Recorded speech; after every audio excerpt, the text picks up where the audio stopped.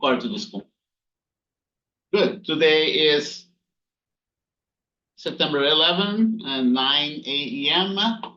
Physics 6. Okay. And we are recording this meeting right now. Let's take a look at the. Here you go. Here is the Canvas page, right? Oops, gotta enter it again. They logged me off. Yeah, okay, good. So the syllabus is here. Wiley Plus is here. Lecture and lab notes.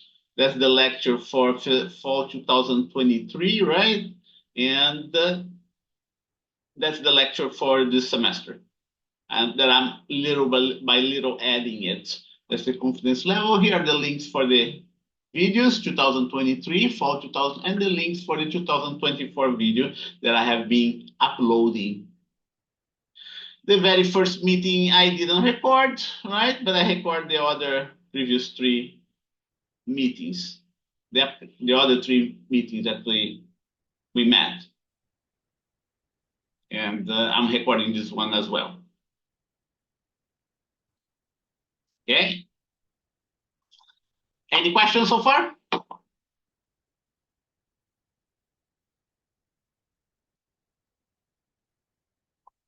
When I get here my Cartesian coordinate here, my slides, and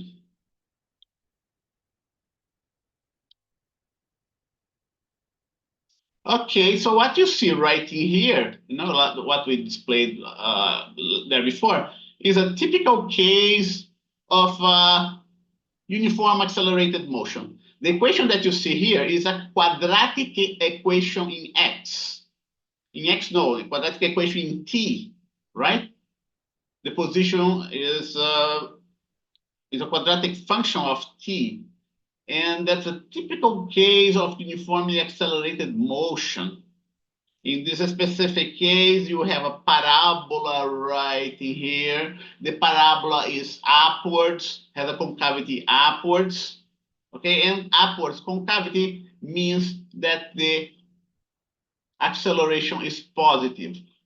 And I'm going to document everything here for you. Okay, here, what you see right here is just a very generic type of motion. Okay, it's not uniform motion, it's not uniformly accelerated motion, but it's a very arbitrary type of motion that we use to illustrate the students how we can interpret the graph. Okay? So in this specific case, I connected those 2 points here and the slope of this line, right? In this case, the slope is negative because the angle is more than 90 degrees.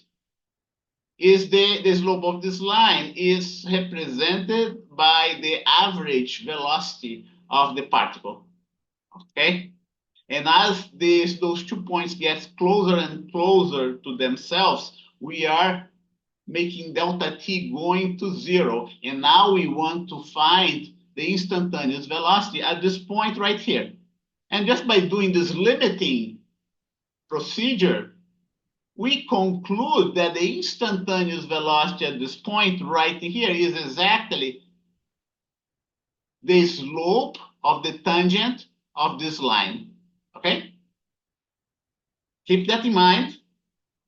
Okay, I showed that also this graph, x versus t for uniform motion. In this specific case, the uniform motion is with velocity equal to 0 because the position doesn't change. Okay, here the velocity versus t for the same object. Okay, velocity equal to 0, position doesn't change, velocity equal to 0. The graph v versus t is represented by this horizontal line. Now, if the velocity is not 0, in this case, the velocity is greater than 0. Don't forget, it's still uniform velocity, it's constant velocity.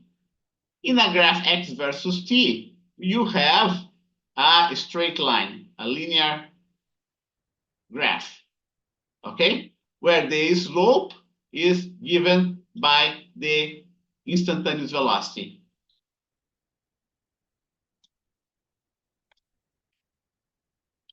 Can you remember that easily? Okay, so don't forget those are concepts that were taught in math for you. So if you don't remember that, you gotta brush up on that. Here you go. That's let's see. This one, I was looking at this one, right?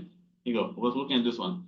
So if we plot V versus T, is going to be horizontal line above the origin, above the horizontal axis. A negative velocity is a negative slope. Okay, here V is less than zero. And I'm going to emphasize that V uh,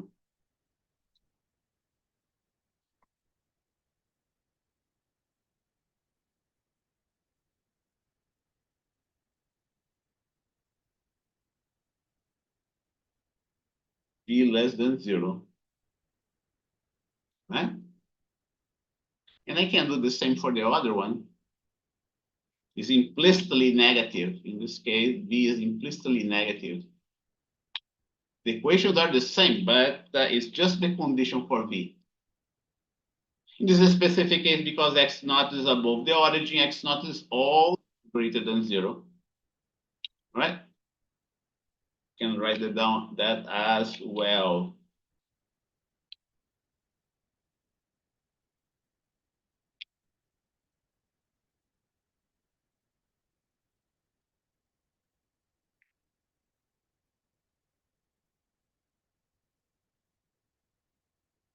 T less than zero because the slope is negative. And when we plot V versus T, oh, T goes right in here. The V naught is below the horizontal axis. Okay. And now we are going to show, I'm going to show you the graph for uniformly accelerated motion. For uniformly accelerated motion. I didn't cover that before, right? So let's go there here. Graphs for uniformly accelerated motion.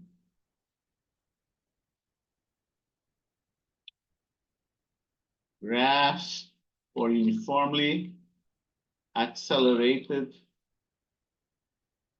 motion. Well, obviously, because it's uniformly accelerated motion, the acceleration is going to be constant. And I'm going to copy this one here for you.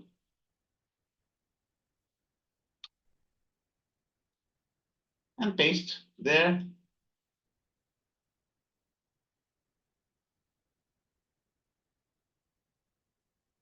And the notes.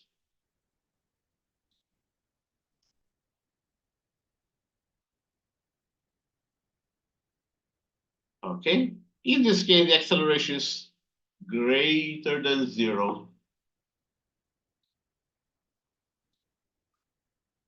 Notice that I put the units here, right?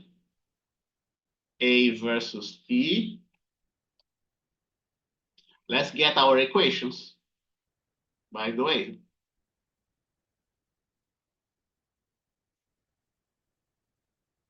And we start with this one here, right? We start with this value, very important.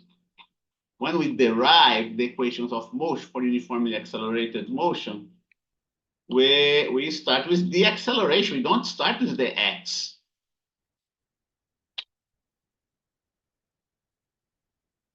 Here you go. And then after we state that the acceleration is constant, we derived that the velocity ends up being linear, a linear function of t. And that's what you're going to see in the next graph.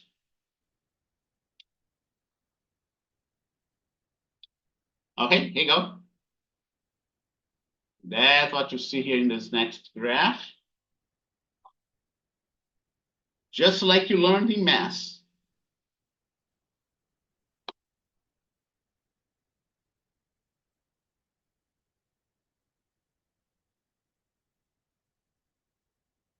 in this specific case, you go. In this specific case,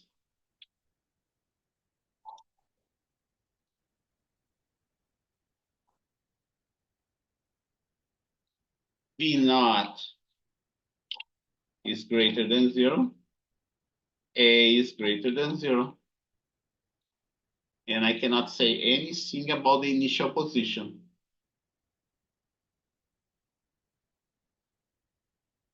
The equation doesn't have enough information to tell you about X naught, okay? And going back to my, now next. Next, the constant acceleration greater than 0.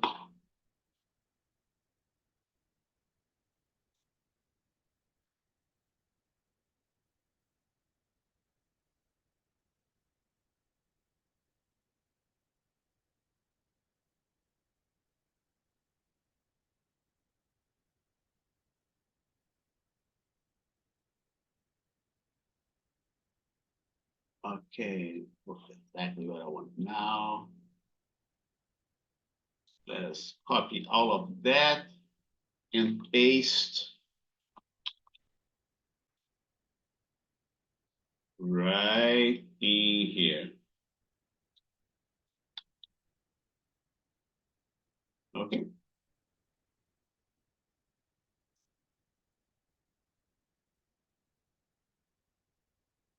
Here you go. That's the equation of motion for this graph. It is a parabola. And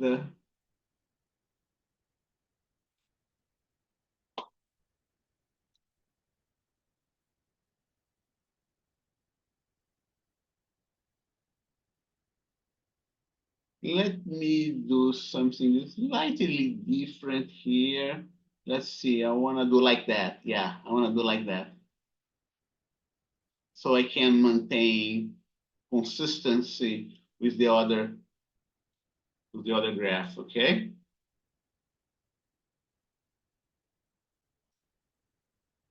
Like that.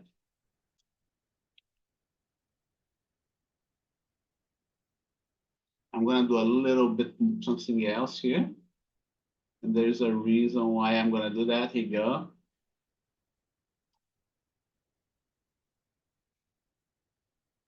Like that. Let's see. Didn't like it. I don't like it. Let's make it secret. No, doesn't work. Let's see. Let me try something else. Line.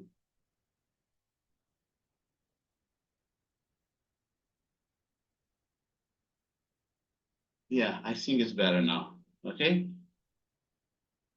Even better. Let's see. Gonna do that. Make it realistic.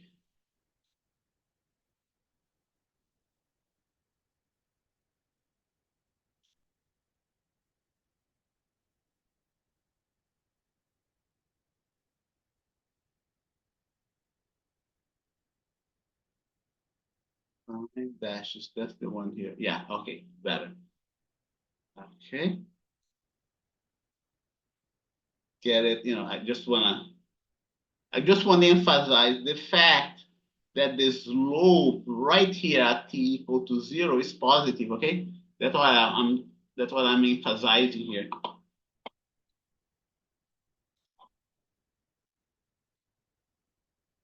Okay. So now I can copy it again and paste there in my notes. Okay. In this specific case, the slope at t equal to 0 is positive. Consequently, V naught is going to be positive, okay? Don't forget the slope of this graph corresponds to the velocity, okay? X naught is positive. I'm gonna put another one here. Acceleration is positive, concavity upwards. Why the acceleration is positive? Why do I know that acceleration is positive? Because the concavity is upwards. Concavity is upwards. Okay. Why do I know the velocity is great? The initial velocity is greater than 0? Because its slope at t equal to 0 is positive. The slope, no, tangent, right? Better. Tangent at t equal to 0 is positive. And then we also have in this case that x naught is positive because, at t equal because the graph crosses the vertical axis at t equal to 0. Okay? So think a little bit about that. Okay, let me go down in this, let me take a little break here, just 2-3 minutes. Okay, I'll be back shortly.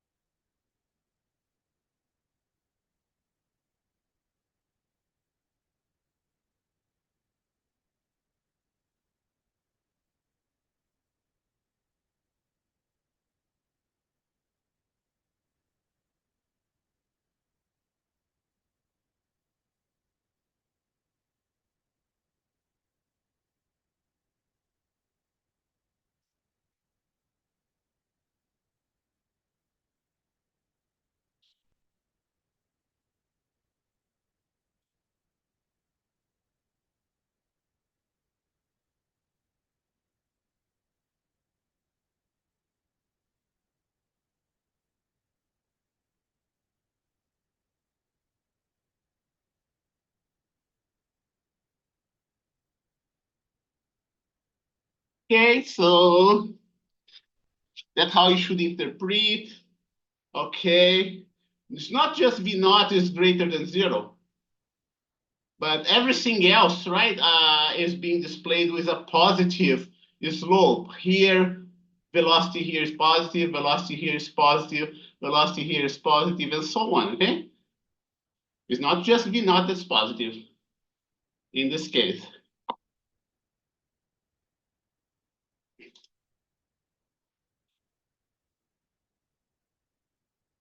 And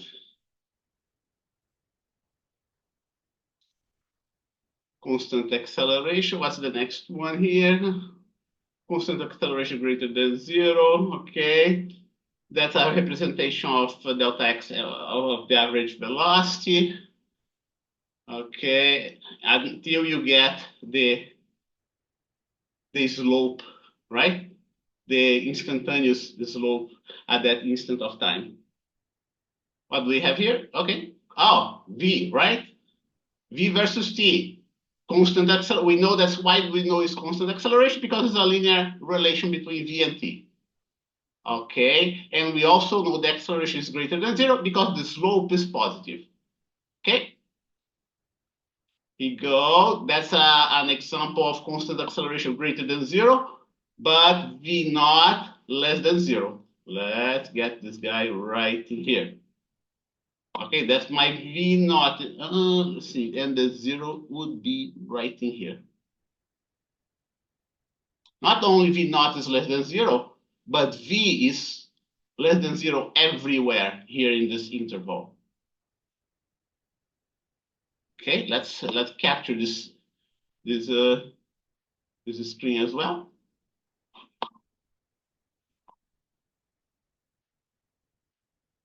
Here you go.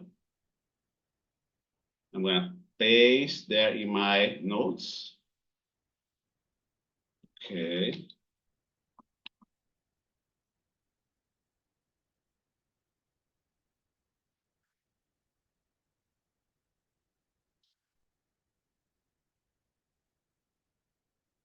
Okay, so here you go.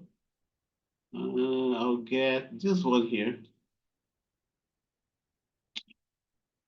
It's gonna be, I'm trying to cover every possible situation, every possible graphical situation, okay? In this specific case, V naught is less than zero. Not just V naught, but V as well. Throughout this interval is less than zero.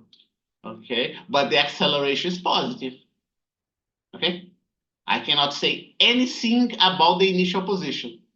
I cannot say anything about the initial position because this equation here doesn't have x naught there. Okay, let's take a look at another one. Here you go. Here you go. There. Oh, this graph is supposed to be before the other one, right? Let's just change the.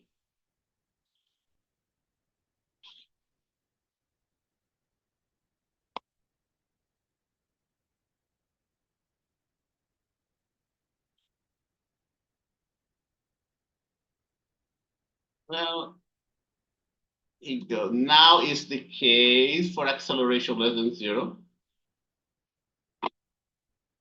Constant acceleration less than zero.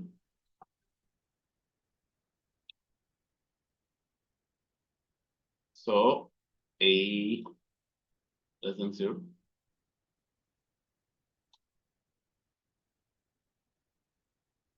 Make a better graph here. And now, how does the V versus T graph looks like? It looks like somewhat like that. Okay.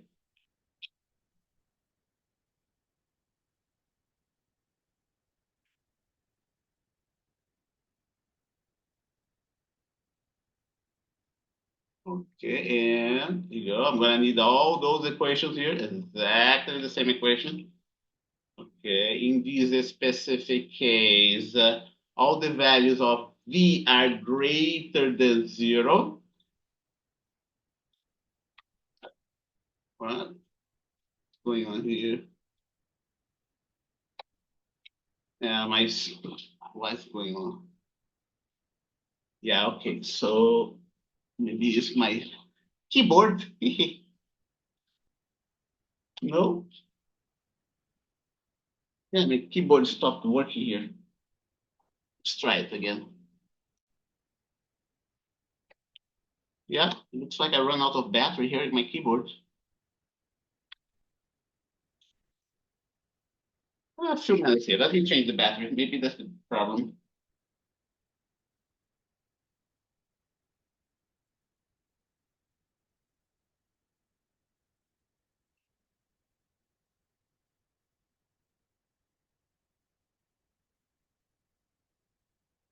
I love those keyboards and mouses that don't have any wires, wireless keyboard and mouse.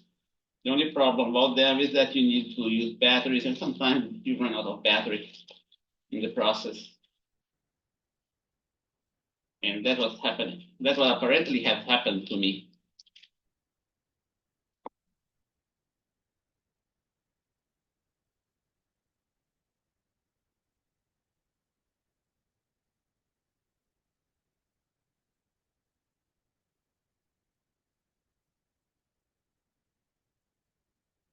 Okay.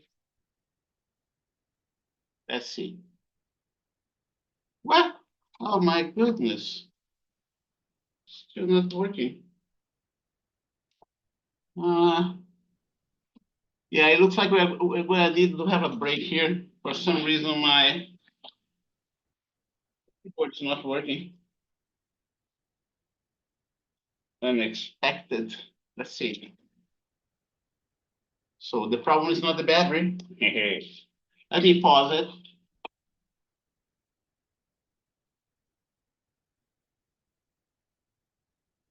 Can you show where on the graph X? Okay, let me see if I answer. Sorry for the. I just saw your question right now, Molly. Let me see if I can answer that for you. Can you show where on the graph X half AT squared V naught T is? Okay. Okay. Okay, so let me try my my keyboard again before I answer this question.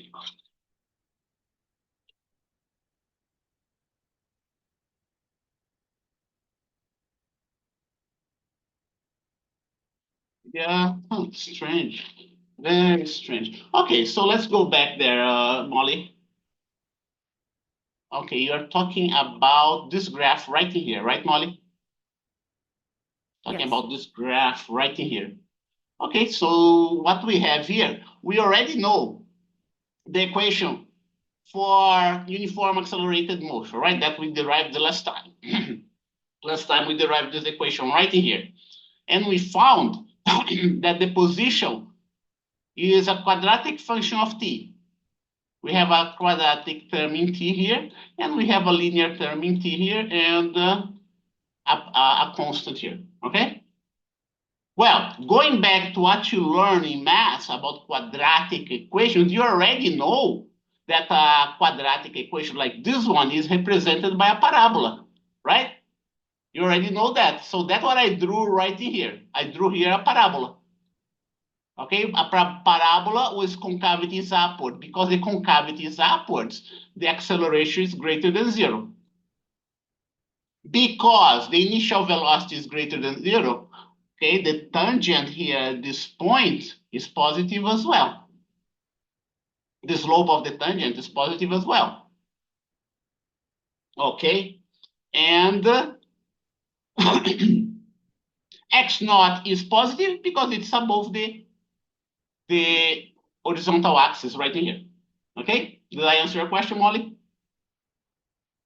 Yes, thank you. Okay, so what I want to do, let's take a little break here so I can troubleshoot what's going on with my keyboard. Okay, and give me, let's take a early break, right? Early break. Oh boy, now I cannot cannot type that. Let's take a 15 minutes break until 9:45. 15 minutes early break, and then we come back here again in 15 minutes, okay? And in this meantime, I'll try to troubleshoot what's going on here with my keyboard. It's not supposed to be doing that. Okay, thank you.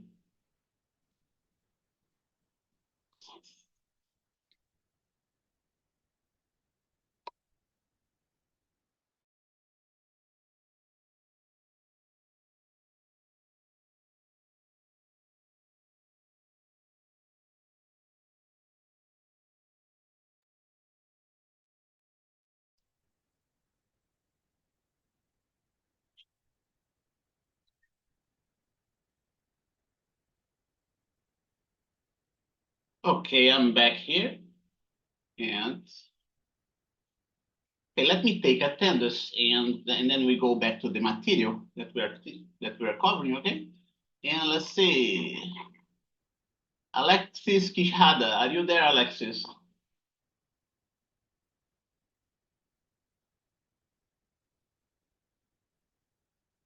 I don't see Alexis here in my.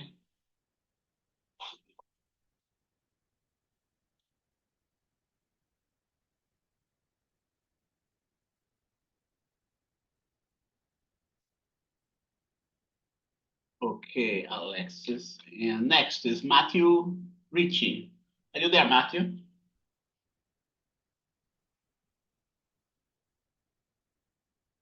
I don't see Matthew either. Larell Williams. I'm here. Okay, thank you, Larell. Okay, I need to fit you into a group, right? Nuhamin Wandimu.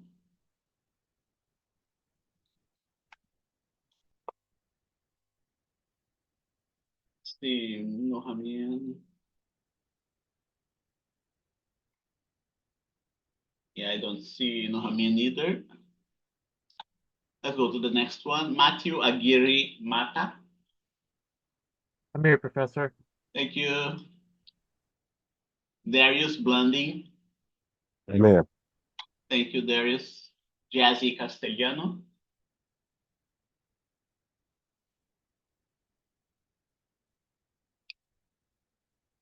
I see Jazzy here in my roster, but I don't hear from Jazzy. I'm going to put a star. Next, Gabriel Contreras. Yeah. Thank you, Gabriel. And Liliana Cortez.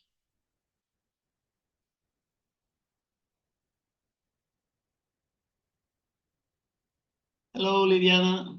I can't hear you. Okay, I'm going to put here Hi, star sorry, in I'm your here. name.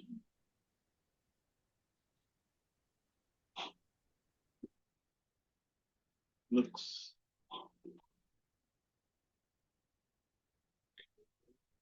Next. Juan Escalera.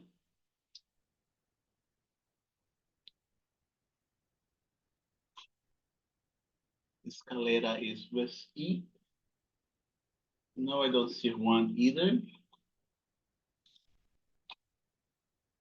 Molly Fitzgerald. Here. Thank you. Liliana. Okay, Liliana, thank you. Henry Kim. Here. Thank you. Ruth Manduhano. Here. Thank you. Noemi Martinez.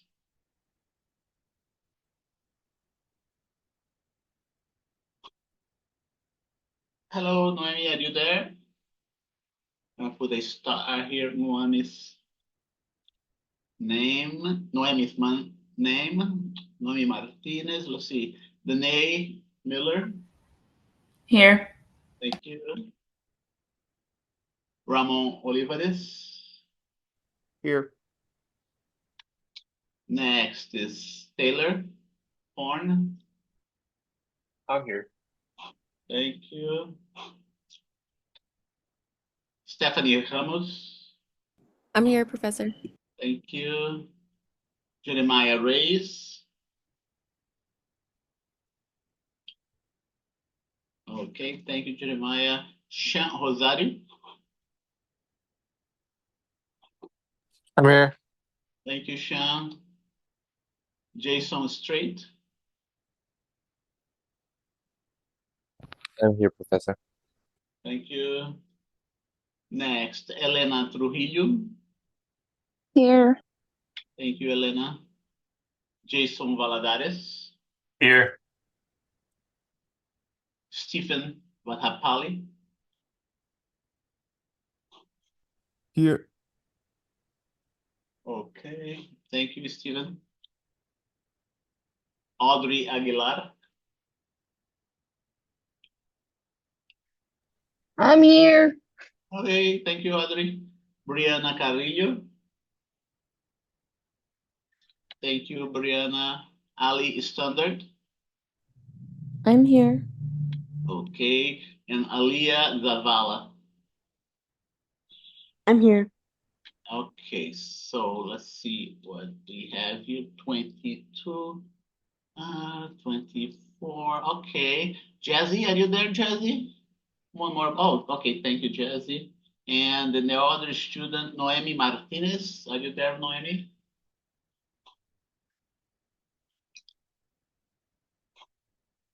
Okay, good. So let's move here. The only student doesn't have. Okay, let's cover the graphs another 10 minutes, and then we do our first lab activity. Okay. So we were writing here when my keyboard stopped working, right? I figured out what the problem was. It was just the battery. And then when I replaced the old batteries, the new batteries also was burned out. So I had to put another battery there, and now everything is working fine. Good. Thank you. And that is the graph for acceleration less than 0. Okay. The slope is negative. In this case, the initial velocity is greater than 0. And the velocity throughout the whole domain is going to be greater than 0. Throughout this whole domain is greater than 0. Okay. Notice that we're not doing with numbers, right? We're not doing this analysis numbers, but we're doing this analysis in a symbolic fashion. So I need you to get familiar with this type of analysis in the symbolic fashion. And then if you still don't feel comfortable with this symbolic analysis, you can test all sorts of different equations, right? We're using Excel. And you will be able to get a better feeling of how those things work. Let's see, the next one here. Okay, that's negative acceleration, right? Yeah. Okay, and this one, what about this one? This one is still negative acceleration. I'm gonna copy and paste there.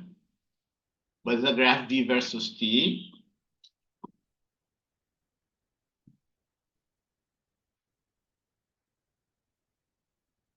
Okay.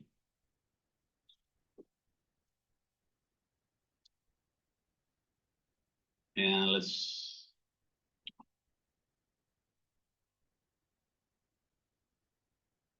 acceleration is negative because the slope of the graph v versus t is negative. Now let's keep it there. The initial velocity is equal to 0. And the velocity throughout the whole domain is negative.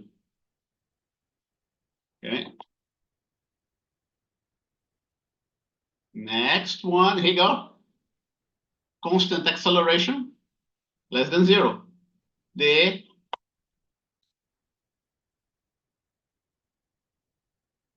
concavity is downwards.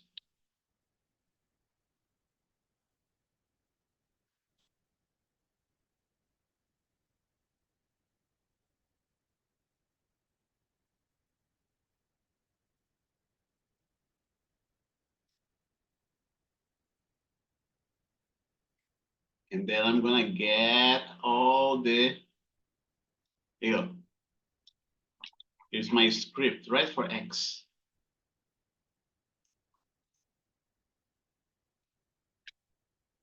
Okay. In this specific case, X is positive throughout the whole domain of the function. The acceleration is negative, concavity is downwards. The initial velocity in this case is 0 because the slope at t equal to 0 is 0. Okay, tangent at t is horizontal.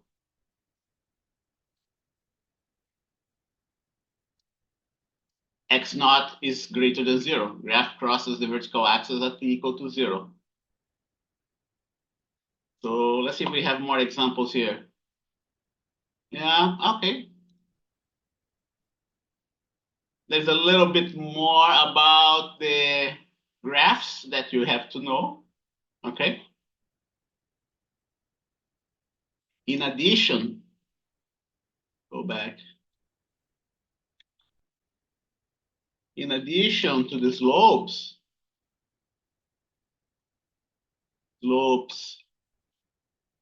and concavities, concavity of the above graph, comma, we can also extract information of the type of motion, right? The type of motion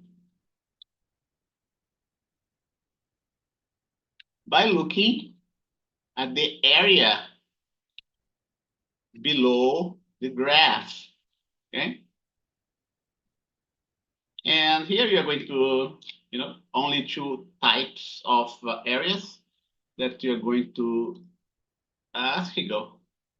Right here, constant acceleration less than 0. The area between the curve and the x-axis is the change of velocity delta v. Because this area is below the axis, this delta v is going to be less than 0. Okay? Okay, so we're going to write that down here.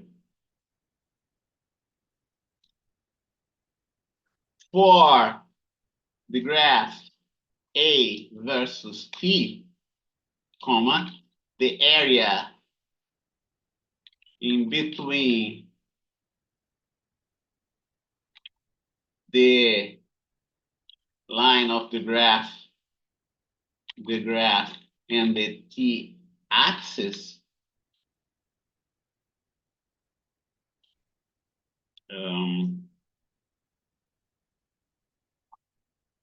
is equal to delta v, right?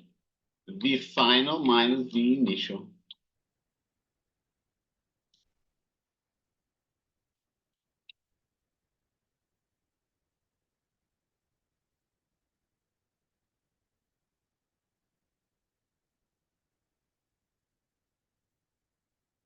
Okay, so we go. Let's get our.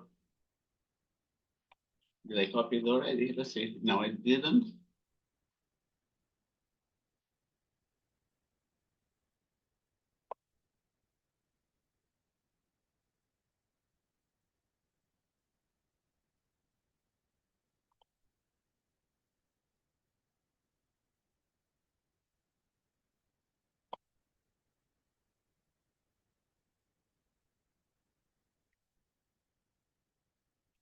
In this case, delta V is less than 0. I'm gonna make delta V greater than 0 as well. Here you go.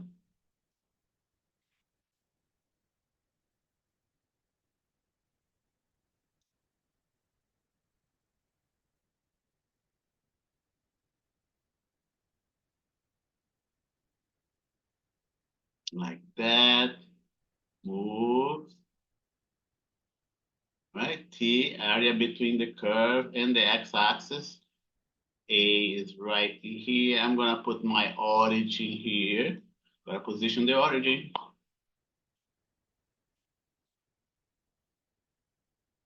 In this case, delta V is greater than 0.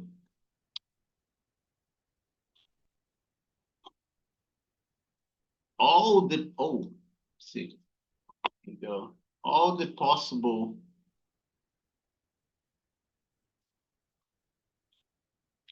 situations here.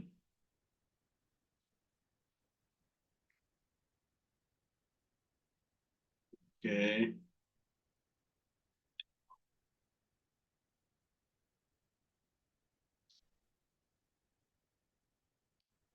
Let's get this one like that. Here you go. A less than 0.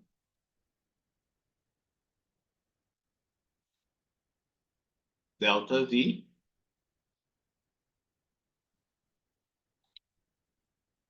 Delta V is less than 0. Area below horizontal axis. Horizontal axis. Okay, and here is all the way around.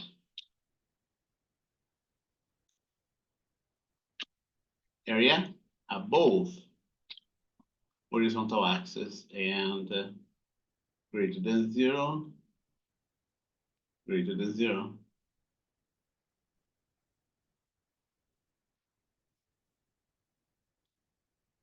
And what else we have? We have these graphs here as well. Okay. Constant acceleration less than 0. Consequently, the slope is negative. Right?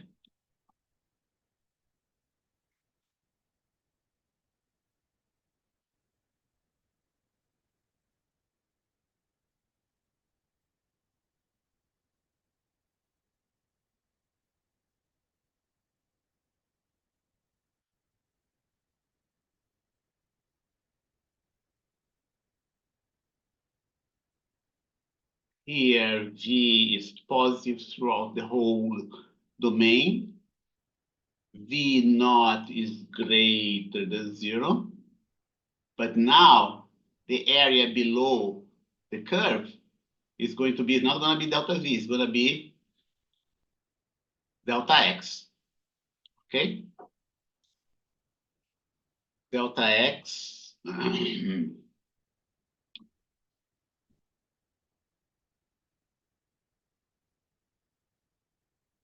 X is the area below the curve.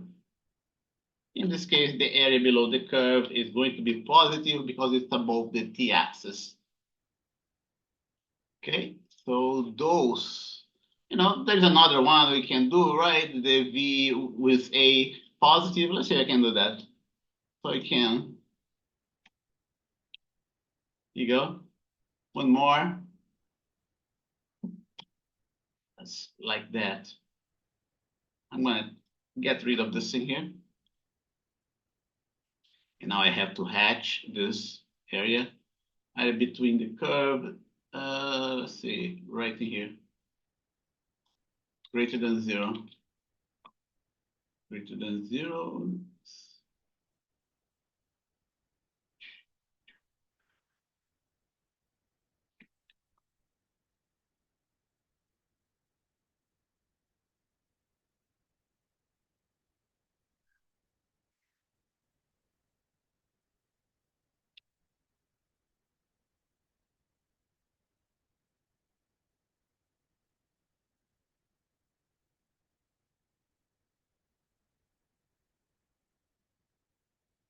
V naught.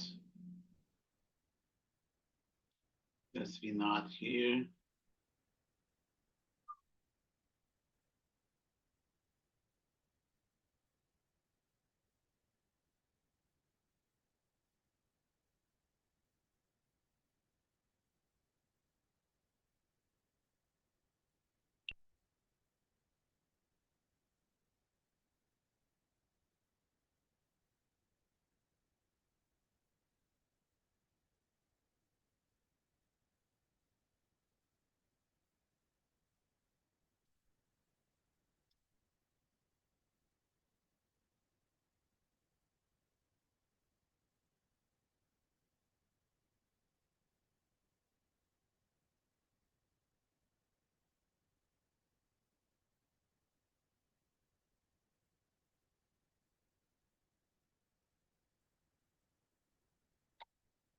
Okay, the area between the curve and the t-axis, right? Not the x-axis, but the t-axis, the displacement delta x.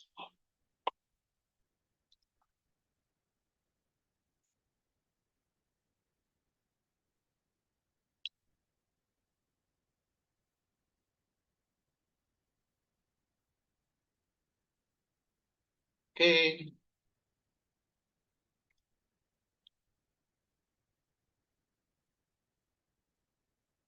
V naught greater than 0, A is greater than 0, delta x is also greater than 0. 10:06 right now.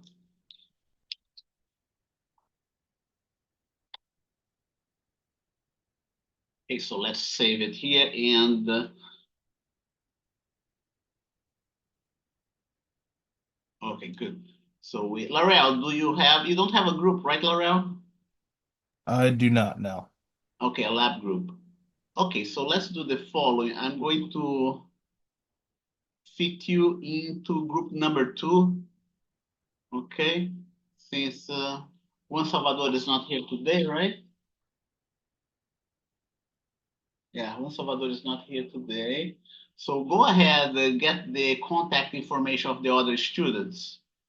Okay, that's Liliana Cortez, Molly Fitzgerald, and Henry Kim. That's gonna be your group for now. We might need to change you to a different group, especially if those other students show up. Okay, so Got it. exchange information between them. You can you can get into Canvas. Write down their names, right? Group number 2. Write down their names. Juan Salvador is not here today, so that will be the 3 students that you want to get in touch with, and you're going to work together. Okay, Noemi, are you there, Noemi? Let's see if Noemi is still here. No, Noemi is not answering. Oh, yeah. Okay, thank you, Noemi. And now we have 24. Good. The numbers match. We're in good shape here. And let's take a look at the lab, today's lab.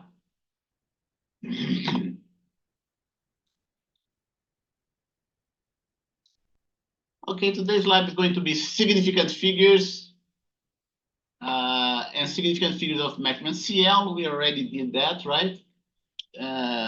Significant figures of measurement, significant figures of measurements and results, significant figures of measurements and results. Let's write it this way, and results. Okay, and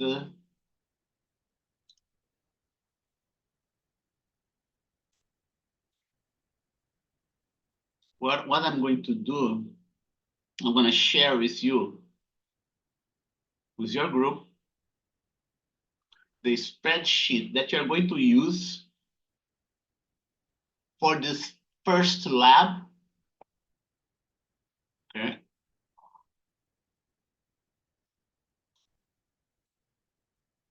Let's get that there.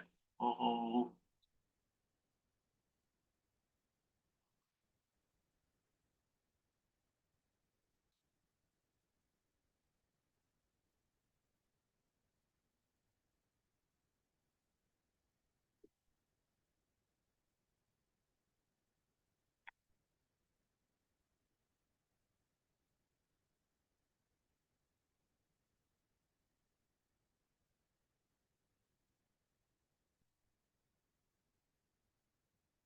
raw data. So what I'm going to do, I'm going to provide you with a spreadsheet that you already have the data in there, and you're going to work on this spreadsheet.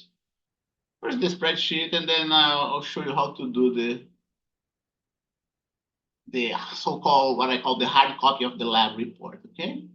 So let me make sure everything is fine here in the spreadsheet. There's nothing wrong. Okay, yeah, this one looks good. 8. This one, this is actual data that was collected by previous students. Something wrong here.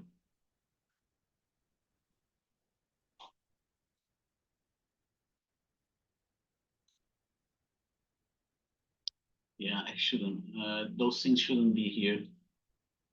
Delete. Delete. Delete. We're doing lab number 1, so everything else here is not supposed to be here.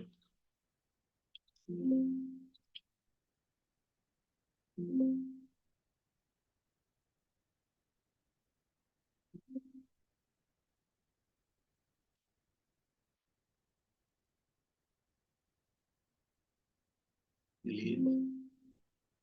Ah, strange.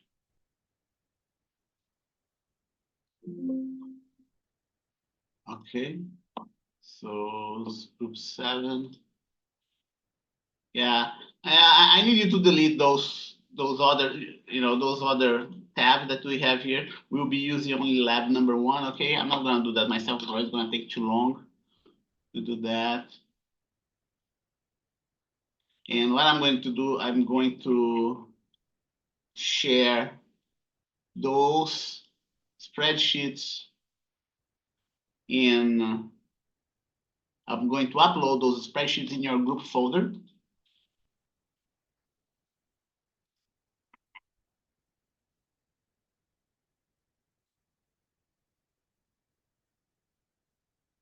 Make sure you get the link to your group folder, the student, what's his name again? L'Oreal, okay? Make sure you get the link for your group folder number 2 with the other students.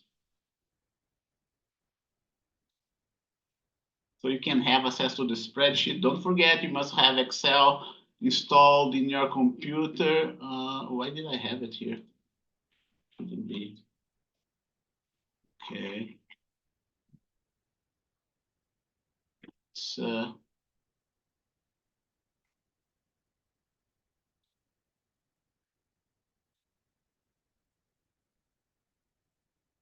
that's the last. Let's look here.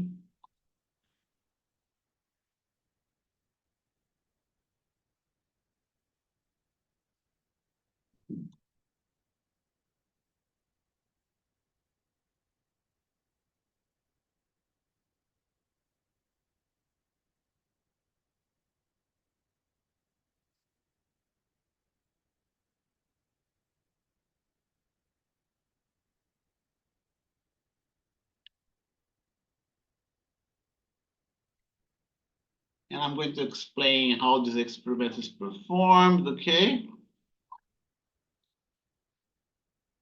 So you know what you're doing.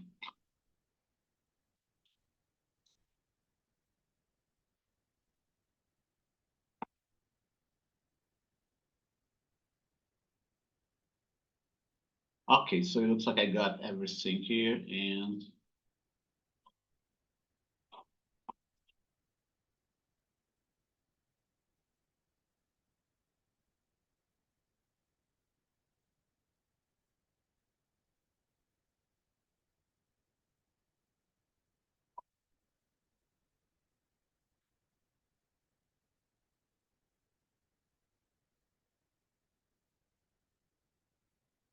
2024 fall, group 1. That's your spreadsheet, group 1. Group 2, that is your spreadsheet. Group 3, group 4, group 5, and group 6. Okay, so you should all have your spreadsheets there in your group folder. What you have to do, that's instructions, right?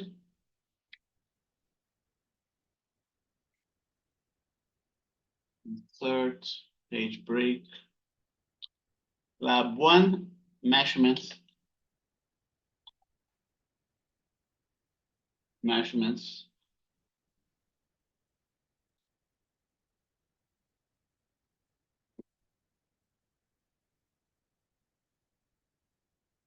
Okay, and 1.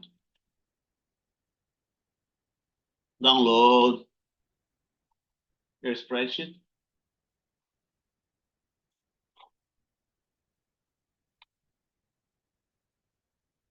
from your group folder.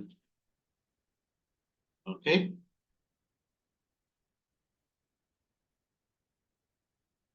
Click on the tab, lab 1,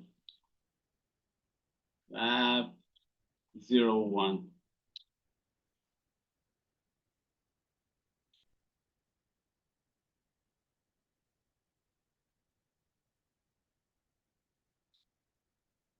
Okay, here you go, lab number 01. Right? If you have more than one tab, delete the remaining tabs, like group 1 has, right? Group 1 has tab, lab 01, 02, 03. I want you to delete all those tabs here. If you have more than one tab. If you have more than one tab, 3. If you have more than one tab, lab 02, lab 03, and so on. 03, 04, 05, and so on. Delete all of them with the exception of lab 01. Okay.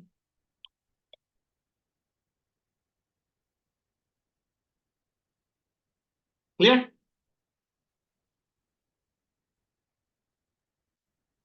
While you do that, okay. So you already have some work to do, right? Just delete the tabs that are in there.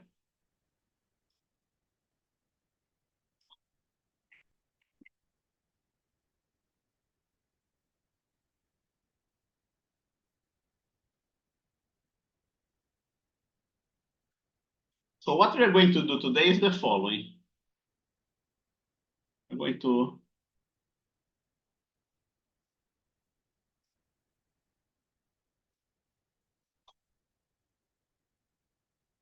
today we're going to learn about significant figures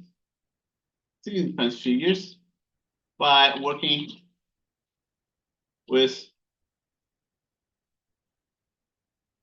measurements taken with several different spheres, with 6 spheres of different diameters.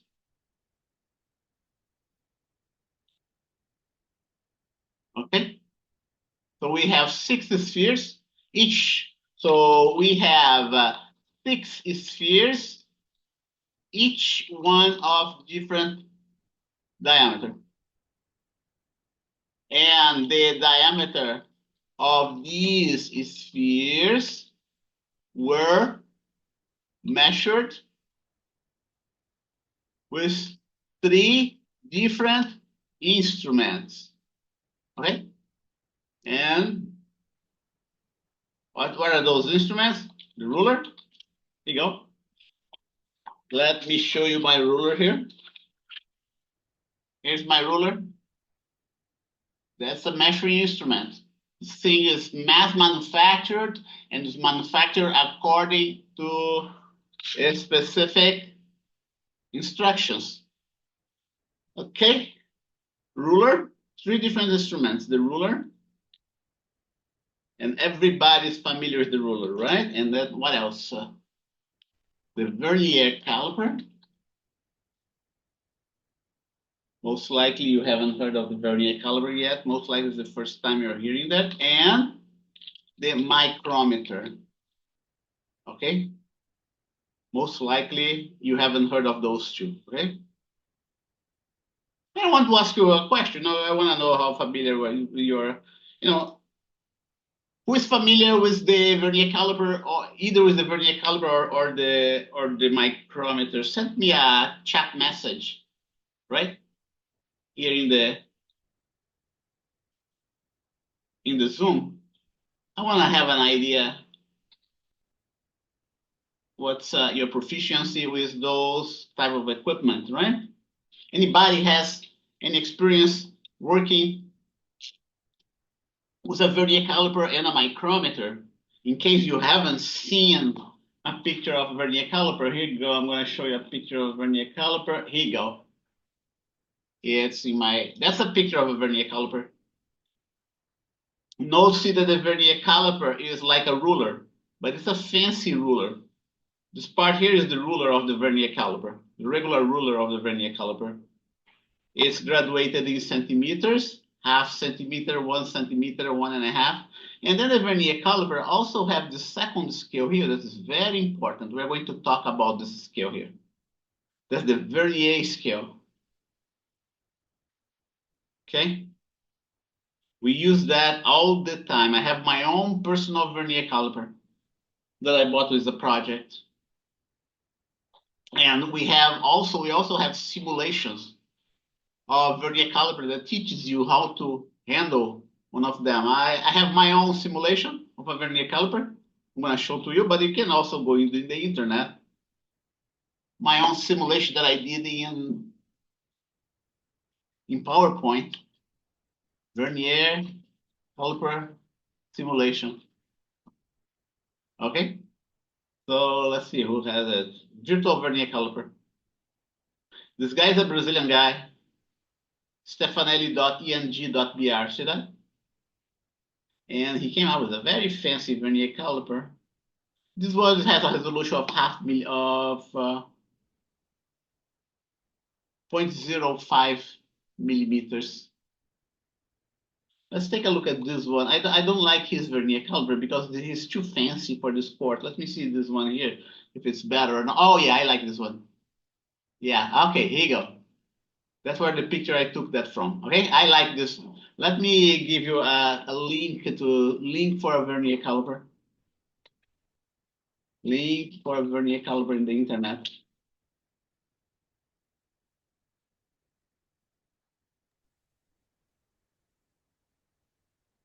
That's the one that I recommend you look at. That's the simplest vernier caliper you're going to see out there is this one that in the simulation that you see. Here you go.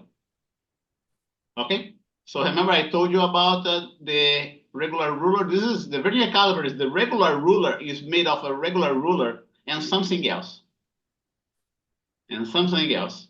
Okay, you can measure the length of object by fitting it between those two jaws, but you can also measure the inner diameter of an object by fitting between those two outer jaws, and the depth of an object by using this other one that's sticking out right here. Okay, and I'm going to elaborate a little bit more on that, but that's how a vernier caliper looks like. Can open and close. Okay, you have. And what about the micrometer? Anybody has worked with a vernier caliper in the past? I presume that nobody has worked, right? Because nobody has answered here in the chat box. And now here you go. I have my own micrometer. I bought this micrometer in 2003. So this micrometer is 20 years old, 21 years old. My vernier caliper too is 21 years old. And let's show you my micrometer. And I'm also going to show you a simulation of a micrometer.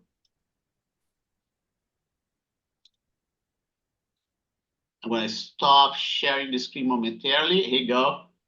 Here's my micrometer. Okay. This guy is just like the vernier caliper. He has a regular ruler here inside. Okay. But then he has something else. He also has this knob, this graduated knob in which you can make measurements all the way up to 100 of a millimeter. Okay. We also have a simulation of a micrometer in the internet, different simulations.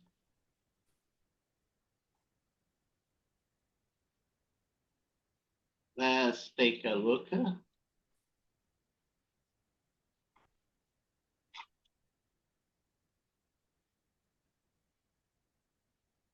I'll have to do a search here in the internet. By the way, am I recording? Yeah, I'm recording. Let's go back to the internet here. Micrometer simulation.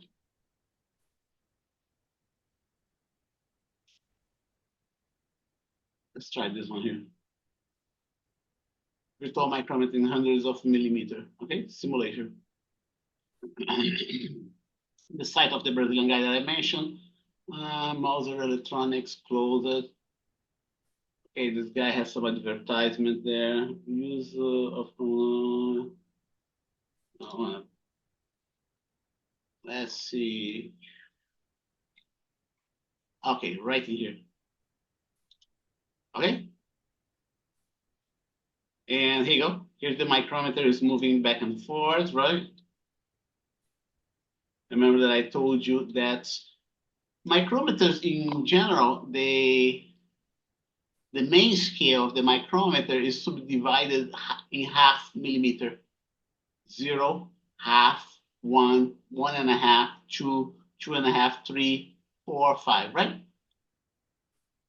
So you have this scale of the micrometer, and then you have this other scale right here, this rotating scale. Note how and this scale, by the way, is divided in 50 different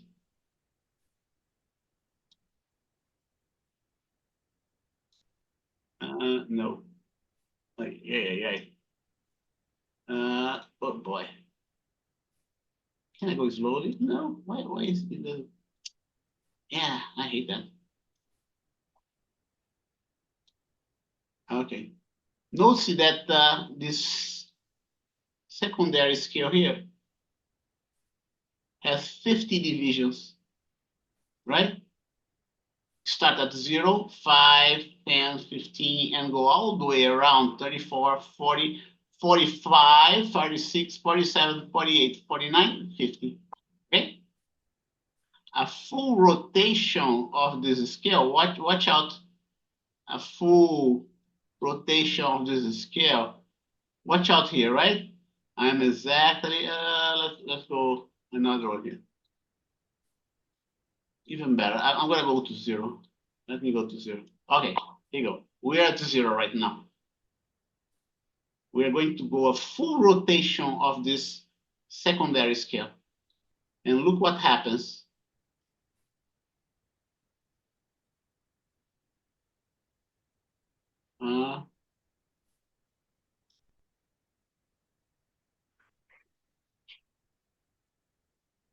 A full rotation of the secondary scale displaces exactly half millimeter.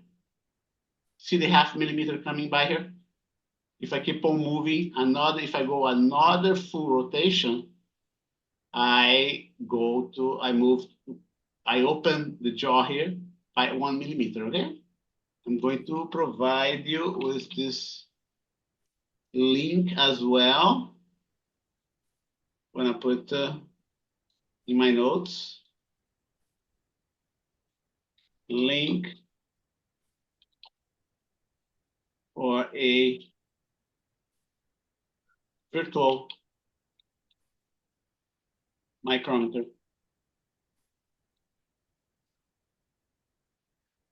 And I'm going to share that with you also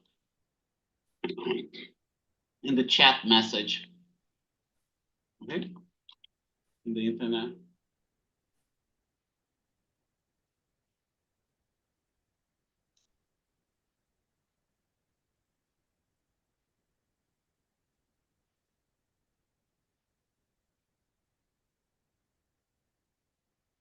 Everybody, let's see, everyone in meeting, link. So you might want to go ahead and a link for a virtual micrometer. It's important that you have this link available so you can practice. Okay. So again, in this experiment,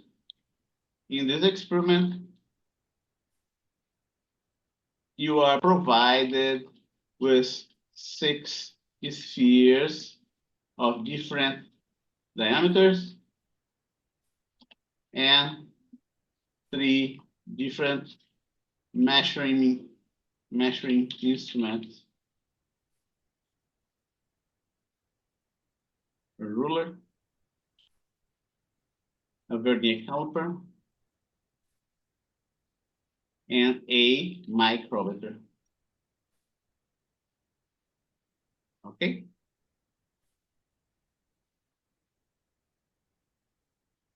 You use these 3 instruments to measure the diameter of these 6 spheres. Okay, and let's go there to our. There's a spare vernier caliper at my job. Oh, but it's digital. Oh yeah, that's right. There are digital vernier calipers too. Yeah, yeah, it's okay. But I want you to learn the regular one. Okay, the one that's not digital, the analog one. I want you to learn that, so you have a feeling how the instrument behaves. Nowadays, we have those digital vernier calipers. I used to have a digital vernier caliper as well, but it didn't last. It didn't last very long with me.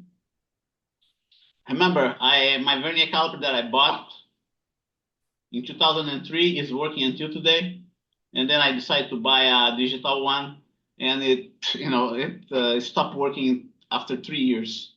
So whereas my analog vernier caliper is lasting like 20 years, 21 years, not just the vernier caliper, but also the micrometer, right? My digital vernier caliper lasted less than 5 years, unfortunately. Here is the lab one. Okay, and by the way, those spheres that are provided in the experiment, they provide 6 spheres of steel, made of steel, of different diameters, and 3 different measuring instruments: a ruler, a vernier caliper, and a micrometer. You use these 3 instruments to measure the diameter of this 6 spheres. So here you go. Diameter is your raw measurement. I'm emphasizing that is a raw measurement. Okay, and that's what I have here in in every spreadsheet of yours. What else do I have here? I have here the density of steel. Okay, the density of steel that we are using would be like 7,900 kilogram per cubic meter. Okay, so all those numbers that you see here are the diameters of your spheres in meter. Okay, I didn't fill up the units here, so you will need to fill up the units. Make sure you fill up the units here. Here also, what I have here, those are not measurements. Those are results. If it here is diameter, here is going to be the volume. Okay? Notice that the volume here is obtained. That's why it's called a result. It's obtained from a measurement according to this formula of the volume that we have here.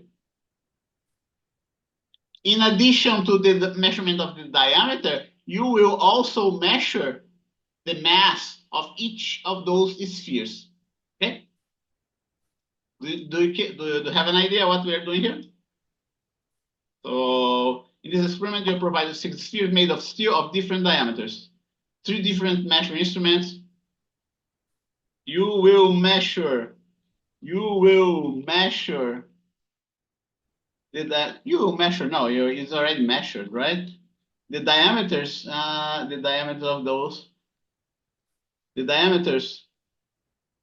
of these 6 different spheres were measured with 3 different measuring instruments, a ruler, vernier caliper. On the top of that, we also used a scale to measure the mass of these 6 spheres, the masses, right? To measure the masses of these 6 spheres. On top of that,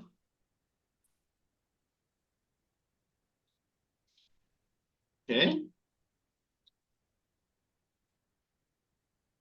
The goal of this experiment is to, the goals, right?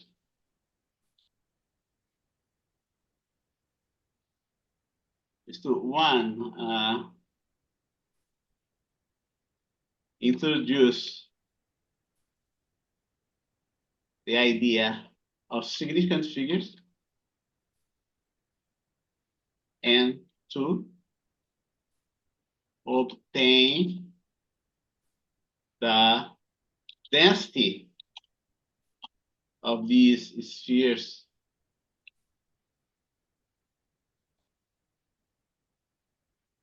Okay? To do that, you will, 1, calculate the volume of each sphere.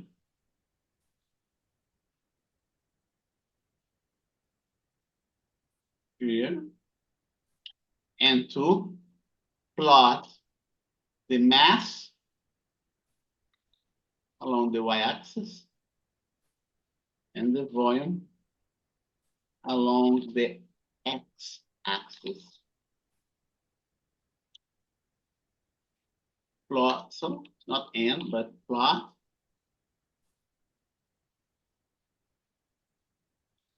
Three, fit a linear equation to these plots. Okay, plot the math.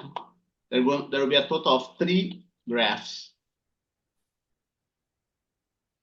Fit the linear to these graphs for obtain the density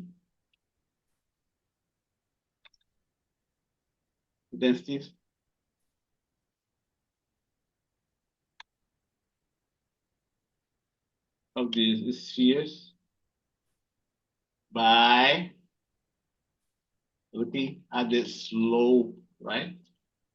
At the slope of the graph. Okay? So the situations like that, we're going to have a break very soon, okay?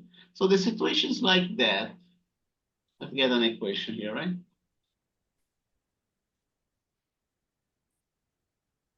I'm going to fit this guy here elsewhere too.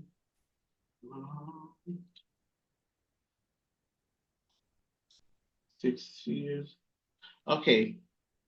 The diameter and the mass of the spheres are your raw measurements, okay? And going right here. Now going back here to the density, right? Here you go. The equation for the density is the following.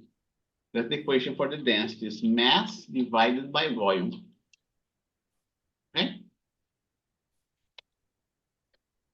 The equation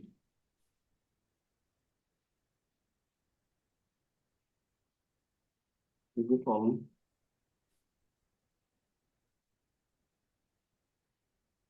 Because all spheres are made of the same material,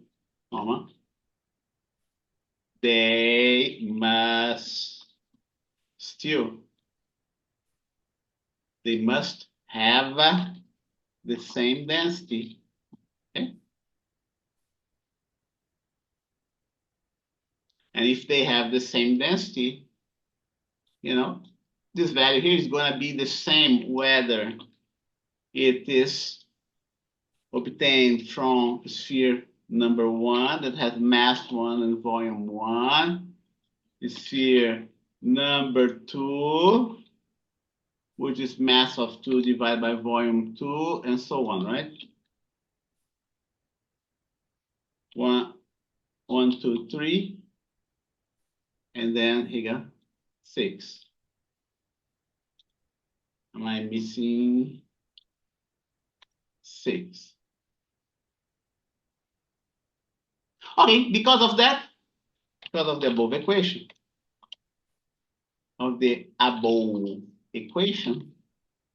we can rewrite it as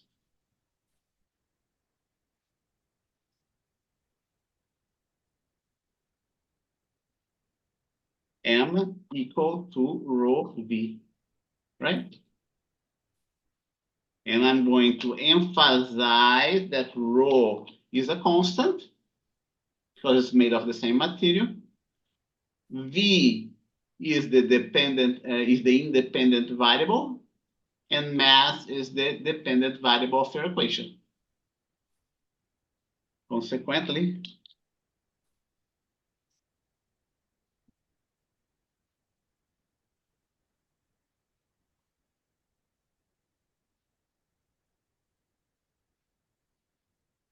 if we plot M along the y-axis and V along the x-axis, we get a straight line, a linear graph with a slope given by the density, okay? That's the whole idea of this experiment. It's 10:45 right now. Let's take a break. Break 10:45 a.m. to 11 a.m. Any questions? Did you get the idea? So what we're doing here? Right? So we're going to go through the details of this experiment when we come back, and I'm going to tell you about the significant figures as well, okay? If we cannot finish it today, we will continue next time. We will continue this experiment next time.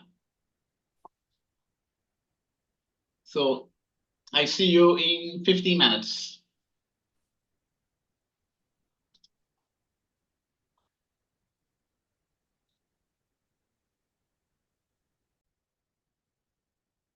Okay, I'm back here.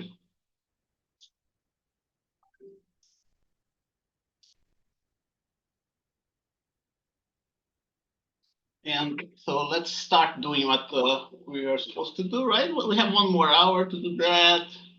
And let's take a look. The first thing that you have to know, someone is trying to join in. Let's see here.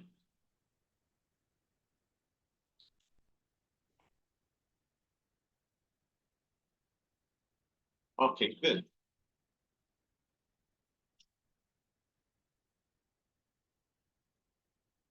Okay, so let's do what's easier for now, and then we get into the other details that we need to get. Okay, so first thing I want you to do. 1, plot M versus volume for the ruler, vernier caliper, and the micrometer, okay? Micrometer, so here you go. Everybody can see how we can get the volume of, here you go. So here you go, the diameter using a ruler for sphere number 1, right? It's around 8 millimeters. The other one here is 9 millimeters, 11. That's for group number 1, right? And so on. Okay, this one. Okay, 1.5 centimeters, and so on, right? And then what do? We calculate the volume for thirds of pi r cubed, right? This is my r. I'm measuring, remember, I'm measuring the diameter. It's easier to measure the diameter than to measure the radius. That's why I put the diameter here. That's why I put the diameter here. And then we get the same for the vernier caliper. Because the vernier caliper has a resolution that's better than that of the ruler, okay, and I'm gonna list that here for you. Okay. Resolutions of our measuring devices, okay? One, ruler. Resolution means the smallest dimension that you can, the smallest dimension that you can measure. Okay, that's gonna be 1 millimeter. The vernier caliper, the smallest dimension that you can measure is 0.1 millimeters. Can you memorize that? Okay, it's not difficult to memorize. And for the micrometer, it's even more, has even a higher resolving power, is 0.01 millimeters. Okay, 0.01 millimeters is what? 10 microns, right? This one is 100 microns. And this one here is 1,000 microns. Microns is abbreviated like that with the Greek letter mu. Okay, that's how we abbreviate micron. Microns here, and microns, or micrometer. And there is one more device that you have to know. It's going to be the scale. The scale that we use there at school is 0.01 grams, which, by the way, 1, 2, 3, 0.1 kilograms. Okay? 1, 2, 3, 4, 5 decimal places. Those are the 4 instruments that we are using here. Okay? And how does everybody knows how the ruler can get that much of a resolution, right? But what about the vernier caliper, right? Let me show you a simulation here of the vernier caliper. Here you go. Here's my vernier caliper.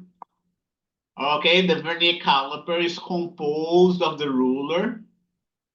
And then you can play a little bit more with the vernier caliper, that's the virtual vernier caliper, that's the internet, right? And then we have this other part here, the jaw, right, of your vernier caliper that you can open and close, right? Notice that in my vernier caliper, I'm hiding the second scale here behind on purpose.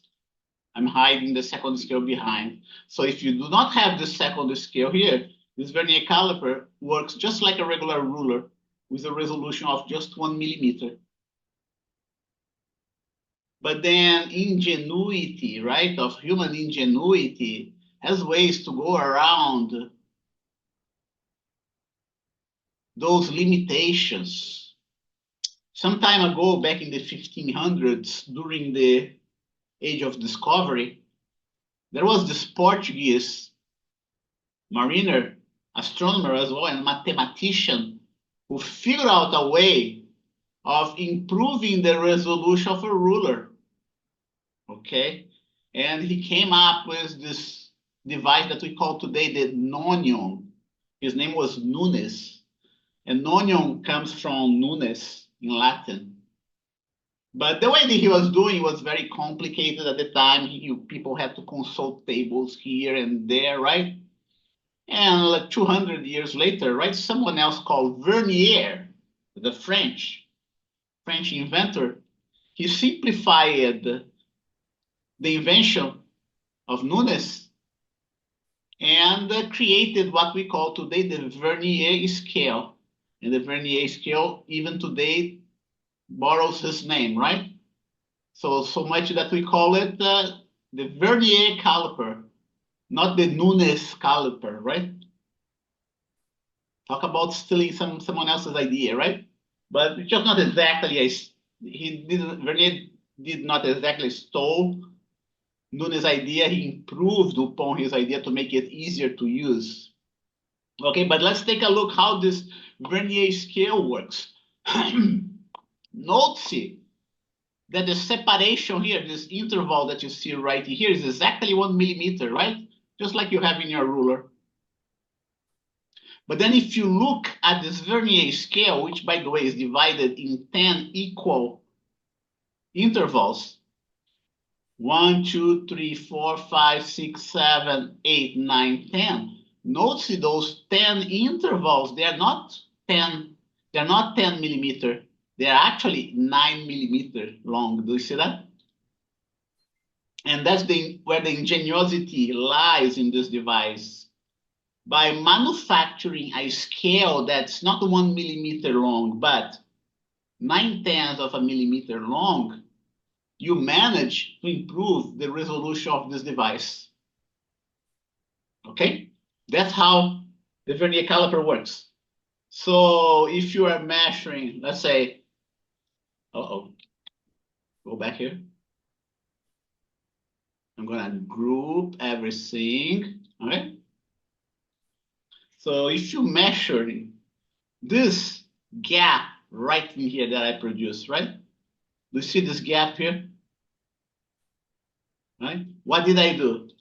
I displaced the difference between 1 and 0.9, right? The difference between 1 and 0.9 is 0.1 millimeters. Okay? And notice that the very first line here in the vernier caliper is coincide with this other line here in the main scale. Okay? If I want to open like 2/10 of a millimeter, what do I have to do?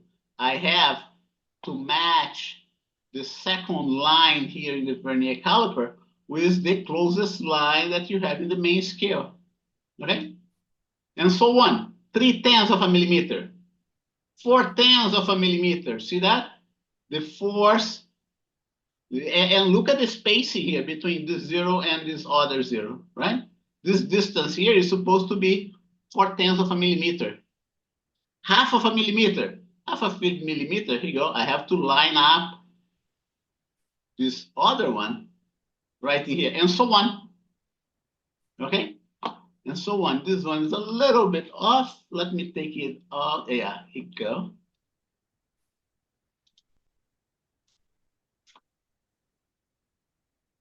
This one, we are gonna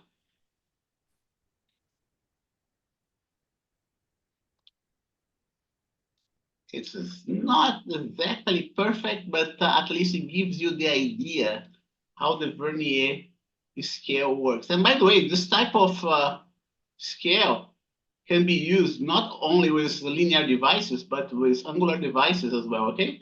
There are scales, vernier scales for measuring angles, okay? So here you go. Now you go ahead and take a look at this measurement here, right? I'm gonna make it exactly coinciding, okay? This measurement that you see right here is exactly 17 millimeters because this line in the vernier scale coincides with this other line. And so on, okay? Going back to our simulation. What is that? Let's see. Simulation of the vernier scale. It looks like I missed it. Let's go back here to my notes. Okay. You have something similar. Of course, their simulation is much better than mine, okay? Okay, so here you go. If I make this zero of the vernier scale coincide exactly with this measurement 2 here, so what do we have? We have 2 centimeters, okay? Exactly 2 centimeters. this specific measurement must be reported in the following way.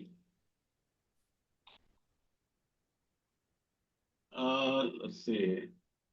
I'm gonna copy that.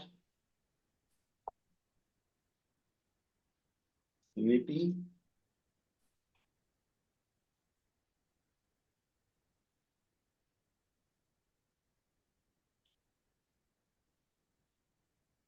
This measurement.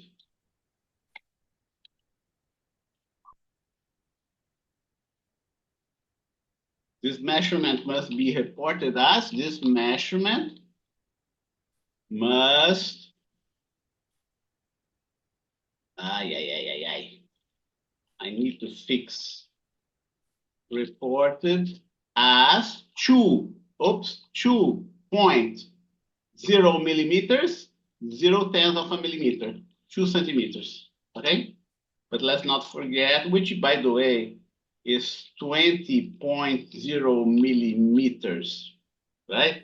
Which by the way must be reported as in meter, 0.0200 meters. Note, see that I kept all those decimal places right here. That we do that. Let me see if it's right. 1, 2, 3. No, that's not right. It's this one here. Okay. 1, 2. Okay, now we got it. That's centimeter, that's millimeter, that's a tenth of a millimeter. Okay. That's the right way of reporting this measurement. Note, see that those 2 zeros that see here, including this one, plus the other 2 that comes here, they must be reported in physics. The bold-faced digits must, I'm gonna emphasize, must be reported in physics because they tell you something about the resolution of your instrument. Okay? If you were to make the same measurement with a ruler, okay, the right way to report it would be 2.0 centimeters because the ruler has a resolution of 1 millimeter, okay? Which is what? 20 millimeters, right? Which, by the way, is 0.020 meters. You get the idea? That's what the idea of significant figures is all about.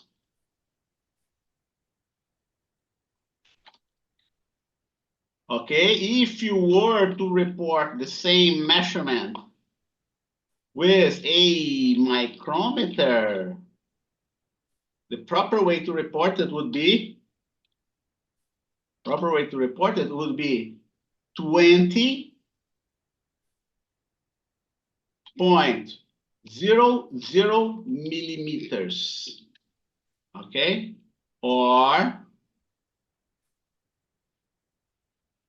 0 centimeters.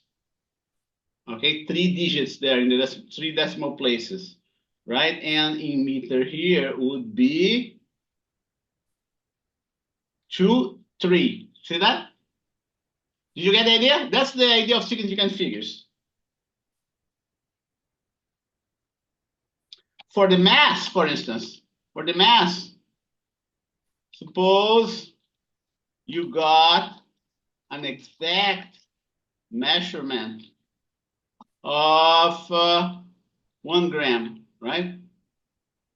1 gram. The right way to report it with the above scale, right? Don't forget that with a resolution of 0.01 grams, right? Would be 1.00 grams, which, by the way, don't forget, I'm going to emphasize here those decimal places here, which in kilograms would be 0.00100 kilograms. Okay? I'm going to emphasize boldface those zeros. Those are significant figures. And because they are significant figures, they must be reported. Okay? So that's what you have to know. So that's what you have to know about significant figures. That's what you have to know about sig figs. Use the resolution of the instrument. Okay?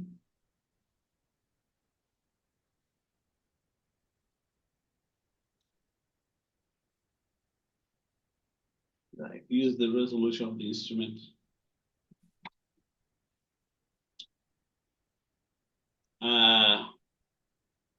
All zeros to the right of a significant figure of a, so now you have this rule, as zeros to the right of a significant figure is also considered a significant, zero to the right of the rightmost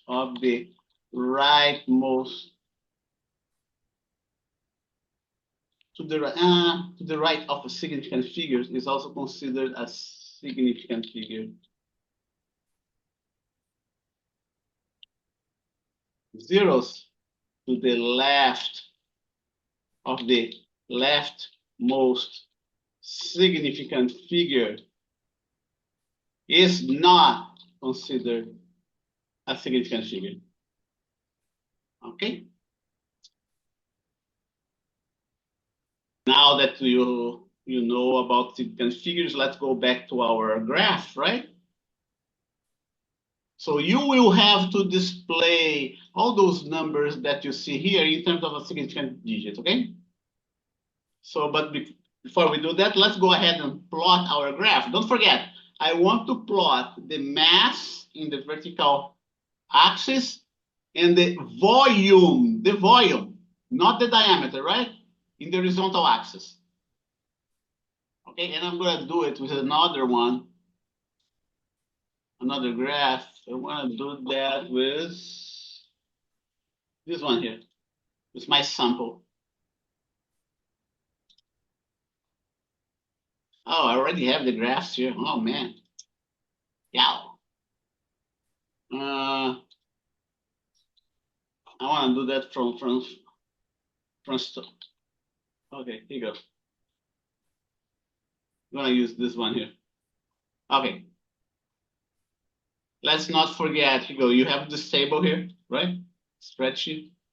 Don't forget to put your group number, student name 1, 2, 3, 4. If there's a fifth student, and don't forget to write down the date. Okay. Now the density of steel. Go ahead, look at the internet. Go in the internet and find out what's the density of steel. Density of steel, okay? In kilogram, I want that in kilogram per cubic centimeter.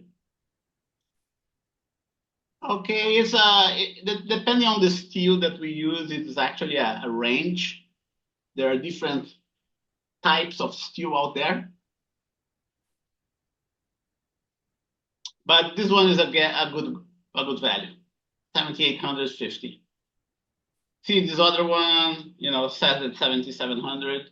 But that's because the steel has a range of values depending on the type of steel, okay? Let's see if they have a table here. Yeah, that's a very bad Yeah, I don't like this. Oh yeah, better. Okay. So you can see there is a variation on the density of steel depending on the type of steel, forged, unforged. Okay. If you search even more, okay, here you go. I like this one better. The range of density of steel is rather somewhat large, depending on and it all depends on the alloy of steel. If it has more carbon or less carbon, okay? Whatever you mix there with the steel, it gives you a different value. So why don't let's use an average value of those. 7,750, that's 300. So some 700, 150, the average value, 800, 7,900. You can put 7,900. You don't have to worry about significant figures here in this case. Notice that when I type it 7,900, right? The 7,900 turns into 8 times 10 to the cube. So what you have to do, you have to change the format of this number, okay? Type 7,900, right click, format cell. See, it's in scientific format. Highlight number. And then leave just 0 decimal places there. Don't worry about significant figures. I want you to put it in red color. Red color means that you do not need to worry about significant digits. Okay? Everything else you have to worry about significant digits.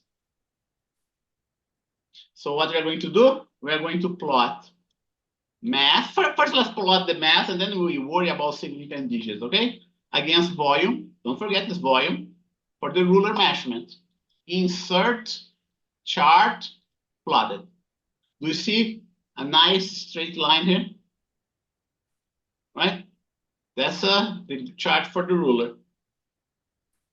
Measurements for the ruler. And then what do? We highlight, we click in one of the points.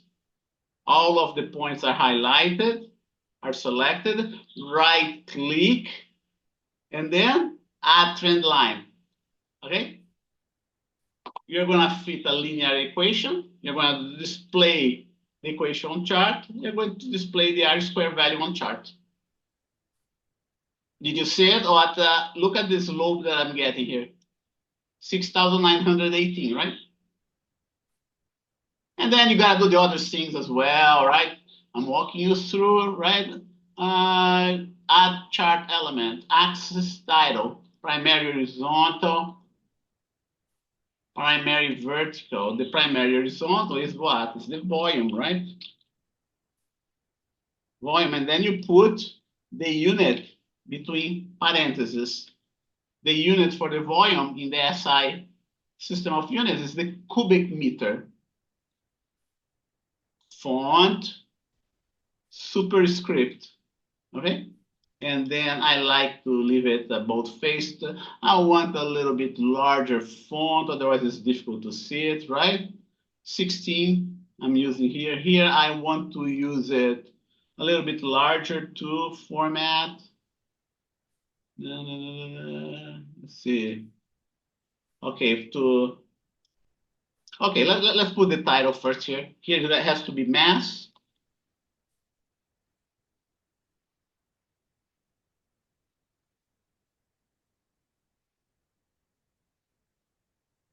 Bold face. Did I put 16, right? Yeah, put 16 here. You know, make your graph look nice so it's easy to refer to it. Notes, yeah, I think we're in good shape here. Don't have, but I want to make this one a little bit larger. Otherwise, it's too small for us to see, right? And what we do? Okay, when I click this axis, then this pane shows up here on the right. Okay, what I want to do, I want to format those numbers. It's in scientific. I think it's okay to leave it in scientific format. Yeah. Okay, it's one evenly spaced, 1 micron, 1 cubic meter, one millionth of a cubic meter. I want to bold face it. So again, make it look nicer, and I'm going to increase to a size 12. Okay, and you do the same here. Bold face it. See that this one, they're not evenly distributed. You see that? You see that? 1, 2, 2, 3, 3, 4, 4. You gotta fix that. Okay? Definitely you have to fix that. In this specific case, you have to put an additional decimal place there.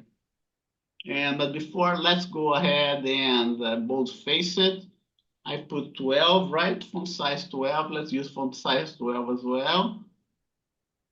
And now I have to increase the number of decimal places. And I do that. We leave it, let's see. I don't want to put in scientific format. This one I don't want to put in scientific format, okay? And there's a reason for that. I don't want to put in scientific format because the number is not too small. Here is a very small number, 10 to the minus 6. So because the number is very small, we leave it in scientific format. But this one, there is no need to leave it in scientific format. It's even better that you put it in numeric format. Not only put in numeric format, but also increase the number of decimal places. In this case, I'm going to put 2 decimal places, see if it's good enough. Yeah, no, it's not good enough because the number 1 is repeating, right? There's lots of trial and error here. So let's put 3 decimal places in this case. Okay, now we got it right. 0, 5, 10, 15, 20, 25, okay? And here is the graph for the ruler. Okay? And then what are we going to do? We are going to get this number here, this slope. This slope here represents, am I missing any questions so far? Let's see. Oh yeah, we have questions here. Sorry, folks. Let's see, how did you get the graph, right? Which did you highlight for the chart? Okay, 11:30. Okay, so what did I do here? Let's do that again. I'm gonna erase it and start all over again.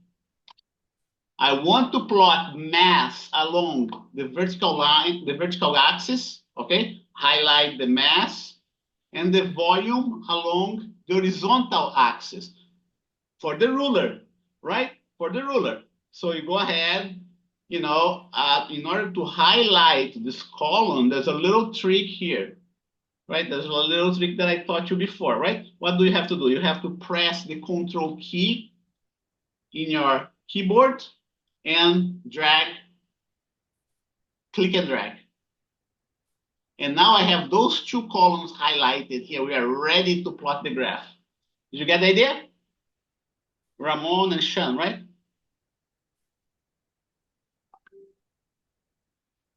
Let me get some water while we digest it a little bit.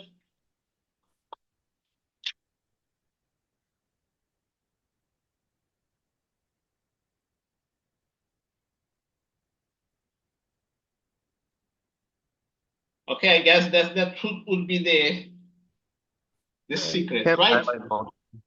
I can hear you. I can't highlight both of them at the same time. It's not working for me. Do you have a Mac or you have a PC? A Mac. Okay, the Mac, I believe it's, let me see, try some different keys in there. I'm trying to remember, it's the command key. Try the command key in the Mac. Did it work? You did. Thank you. Okay. And now everybody got the graph. Let me go quickly through the, did you plot your first graph? Group 2, mind giving me access to the folder? Oh yeah, Larell, you gotta get the link for the folder, right? And let me see.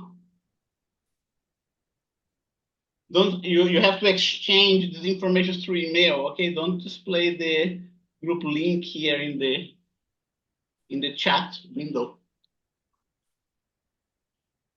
So let's see.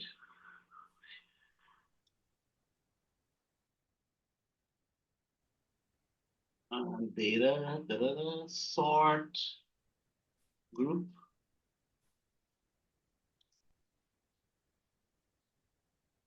Good. So group one, let's start with group one. Today is the 11th.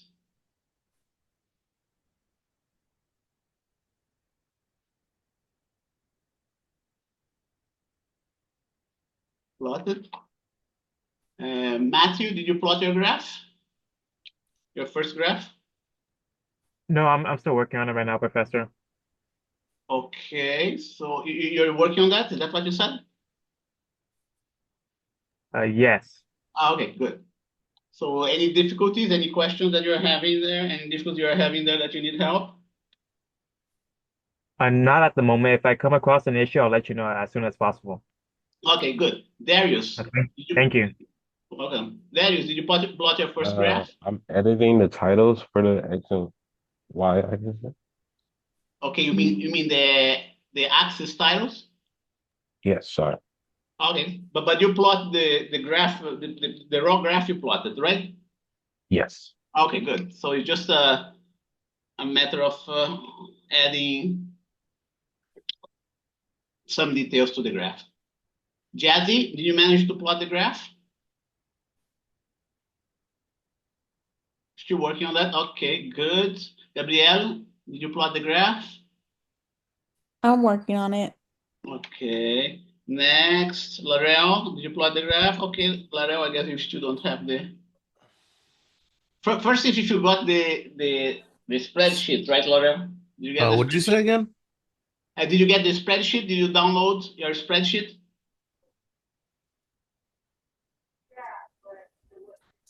Oh, I have a link to it?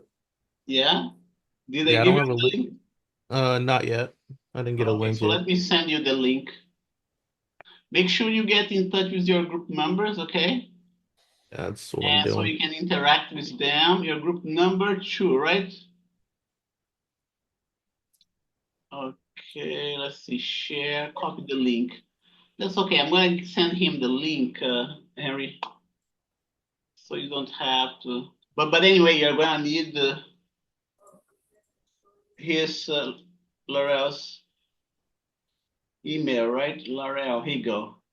Laurel, that's the link to your group folder. Keep this link in a safe place for the rest of the semester. Don't share this link with anybody outside the group, your group, okay? Don't share this link with anyone Got that it. is not in group 2.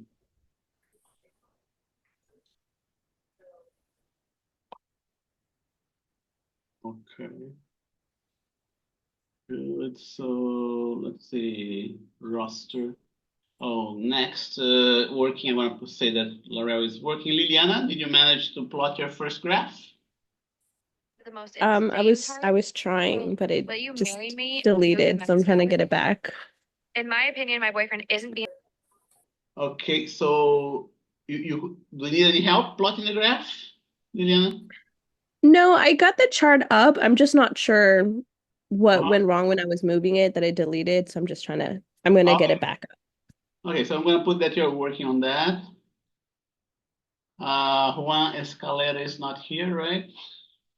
Professor. Yeah. Yeah, so the two values, you set the mass in kilograms and then the volume, which volume was it? Volume of the sphere, right? What's the unit for the volume? What's the unit for the volume?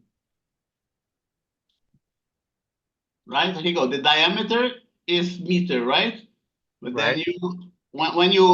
when you use the meter to calculate the volume, right? And I'm gonna write down the equation for you.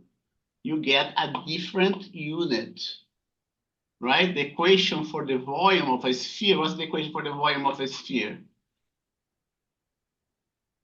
What's the equation for the volume of a sphere, right? Those are the type of thing that you gotta know by heart. Where is it?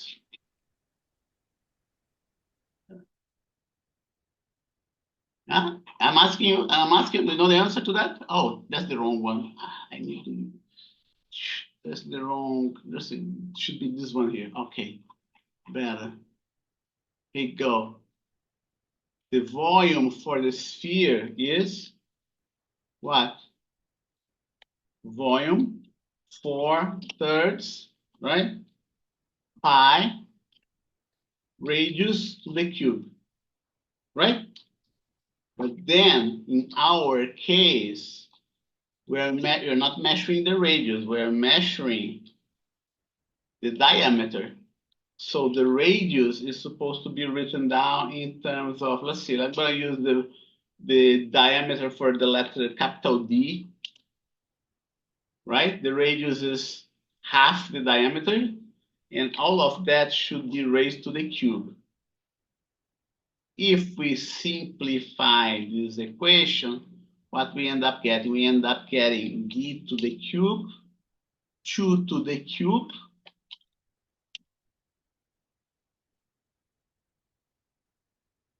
and we're not done yet. 2 to the cube is 8. 8 simplified with 4, right? 8 simplified with 4. Here you go. That's the equation for the volume. You see that here you go. We end up with 2 here. And this 2 is end up multiplying the 3.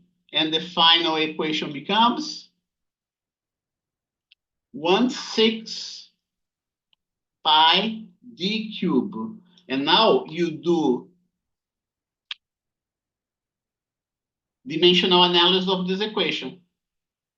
If d is in meter, volume is going to be what? Huh? Go ahead, think about it. Okay.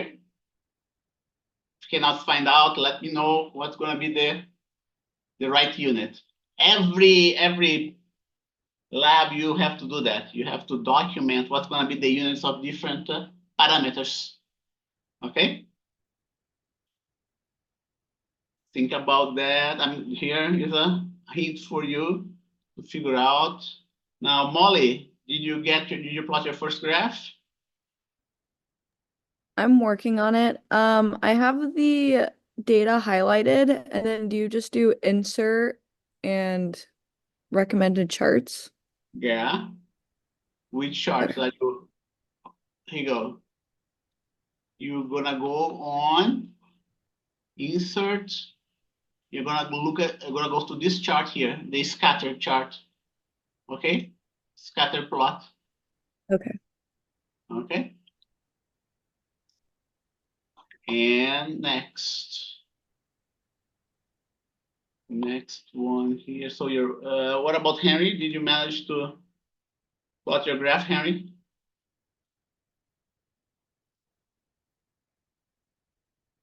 Is Henry here? Oh yeah, he did. Okay, good. Okay, don't forget you have 2 more graphs to do, right? First for the ruler, second for the vernier caliper, and the other one for the micrometer. Ruth, did you manage to plot your graph, Ruth? Oh yeah, okay, good. Oh no, you're working. You're working. Okay, thank you. And Noemi, did you plot your graph, Noemi? Still working. Danae?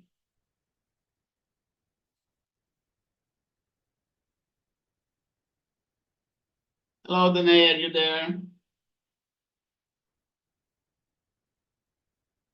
Okay, it's not, it's not answering, so I'll put a star here. Ramon Livadis. Yes, I did. I'm just bolding the X and Y axis. Good. Did you plot the other 2 graphs too, or just the one with the ruler, for the ruler? Yes, just the one with the ruler. Okay. Next, Taylor. We plotted the graph, but we're still working on some of the things. Okay, to make it look nicer, right? Okay, Stephanie, okay, still working. Jeremiah, did you plot your graph, your first graph? Just want to know if you if you plot the raw graph and then, the rest of the details, you can work afterwards. Sean, did you get your graph plotted? We're doing that right now. Okay, working. Okay. Group number 5, Jason, did you plot your graph, Jason? I'm working on it right now. Okay, working. Elena Trujillo. Can you send the link? Because I didn't get it. Okay, so you didn't manage to plot it? No, not yet. Okay, do you need any help with plotting the graph? Well, I don't have the link. Oh, you It's don't have not. the link. Mm-mm. Okay. It's okay. The link is group number 5, right? Yeah. Make sure you keep it in a safe place, okay? Easy to access. Share, copy the link, group 5. Elena Trujillo. Group 5. Are you in touch with your group members, Elena? The members of your group? Group I 4. believe it was group 5. Yeah, make sure you get hold of the member of your group. Okay, group folder link. Here you go. That's your link. There's a star next to my name, but I responded. Okay, Danae. Okay, so let's see here. Trying to work on it. Okay, thank you, Danae. And Elena is still working on that. So Elena, you have to download the spreadsheet, right? And start working on that. Jason, did you plot your first graph, Jason? Yeah, I was able to put create the scatter plot. I'm just I was able to plot the scatter plot. Yes, the first one. I'm just creating or editing the X and Y axis right now. Okay. Did you also put the trend lines there? No, not yet. Yeah, you have done that. Okay. Okay, next is Stephen. 11:48. Are you there, Stephen? Let's see. How do you add the trend line? Oh yeah, I'll do that again. Hang in there, Molly. Stephen. Okay, I don't see any message from Stephen. Stephen, let's see. Looks like Stephen left, huh? Yeah, looks like he left. I'm gonna put that here. Audrey Aguilar.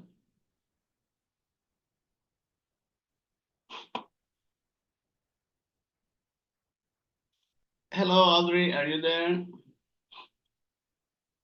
I'm not sure if we're done. My computer crashed, so I'm not sure if we got it or not. I'm trying to fix it right now. Okay, so I'm gonna put that you're still working on that, right?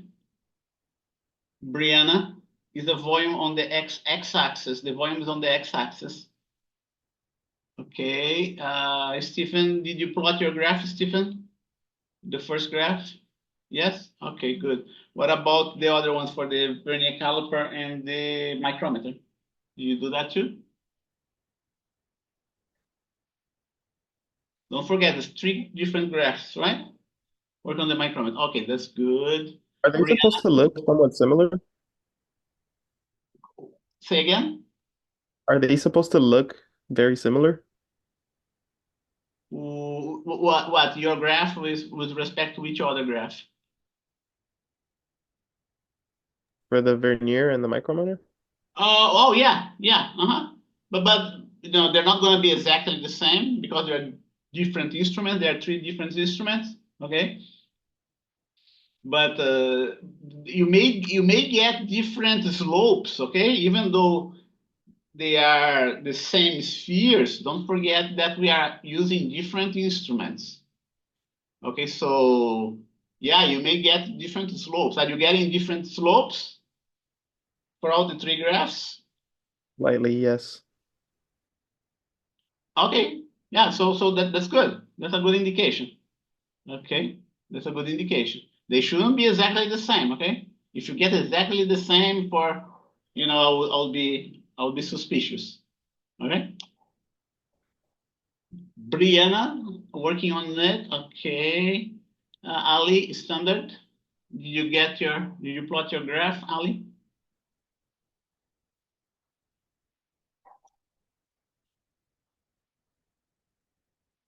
Working on graph. Okay, one more. Alia Zavala. We have 9 more minutes. Are you there? I just have the micrometer to graph. Okay, so you already plot the other two, right? Yes. Okay, good. Thank you. So let's do the plotting again. Here you go. I'm gonna do it for the ruler. Volume of the ruler, mass, right? Insert, right? Chart. Here you go. And I'm going to, so you can see that we have what we call a outlier here. Everybody else fits nicely in a straight line with the exception of this one, right? And it looks like this one is also a little bit out. Well, let's see. Actually, it's this one, just a little bit outside, but the real outlier is this one, right? Now, the instructions for the regression equation is in the syllabus, okay? So let me show you here where in the syllabus is the instructions for the regression equation.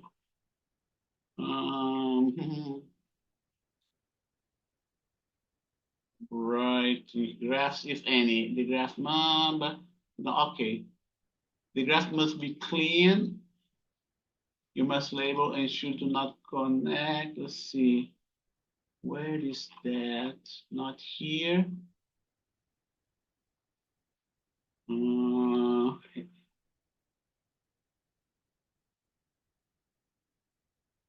Terminations.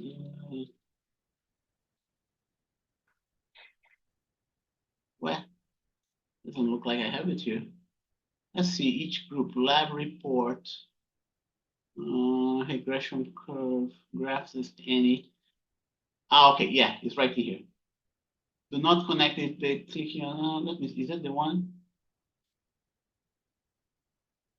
Do not fit the best average. Okay, yeah, right in here in the item D, how to get the regression equation, okay? But I will do that clicking one of the data points, right clicking one of the data points, selecting one of the trend regression types, okay? So that's DI 1, 2, 3, 4, and 5. That's the instructions in case that you forget. So you can refer that, but let's do that. Here you go. Click one of the data points, right? Everything becomes highlighted. Now you right click on the data points, add the trend line. When you add the trend line, this window shows up in the right side. And then make sure it's linear. Display equation on chart. Display R square on chart, okay? That's how you do it. Okay, Molly? Thank you. Okay. So while you all work on that, let's see, we're running out of time, 5 more minutes. Okay, so what we're going to do, we're going to continue with this next Wednesday, okay? The very first time that we do a lab, that we do those plots take quite a long, but then after this lab, the other ones are going to go much quicker, okay? So we came to a point that we're just plotting the graphs. Next time, next Wednesday, we are going to look at the other thing that you're supposed to do. You're filling up the units, working out here the right number of significant figures and so on, okay? Any questions? Just take time to get used. Yeah, oh yeah, that's right. Yeah, especially if you're doing for the first time, right? It takes time to get there and takes practice too, right? I remember I'm doing that for a long time, right? Since 19, I have been working with those graphs, in the computer since 1989. I've been learning how to do those things. and lots of things I'm already very proficient, right? And every now and then I go a step further than what I know, and I learn something new from Excel. But you'll get there too. Okay. So I see you. If you don't have any questions, I see you on Monday, right? And we'll continue doing these graphs on Wednesday next week. I see you then. Bye-bye. Thank Bye, you, Professor. Bye, Professor. Thank you. Professor. Thank you. Welcome. Bye. Yeah. Have a good one. You too.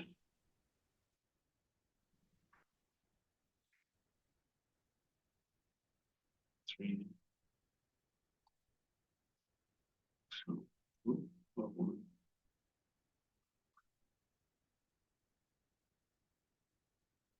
Have you all a nice weekend? And I will stop sharing my screen here. Hello, Professor. Yeah. Who's Hi, there? I just wanted to I was absent on Monday. I just wanted to explain my absence. Uh-huh. Um I had a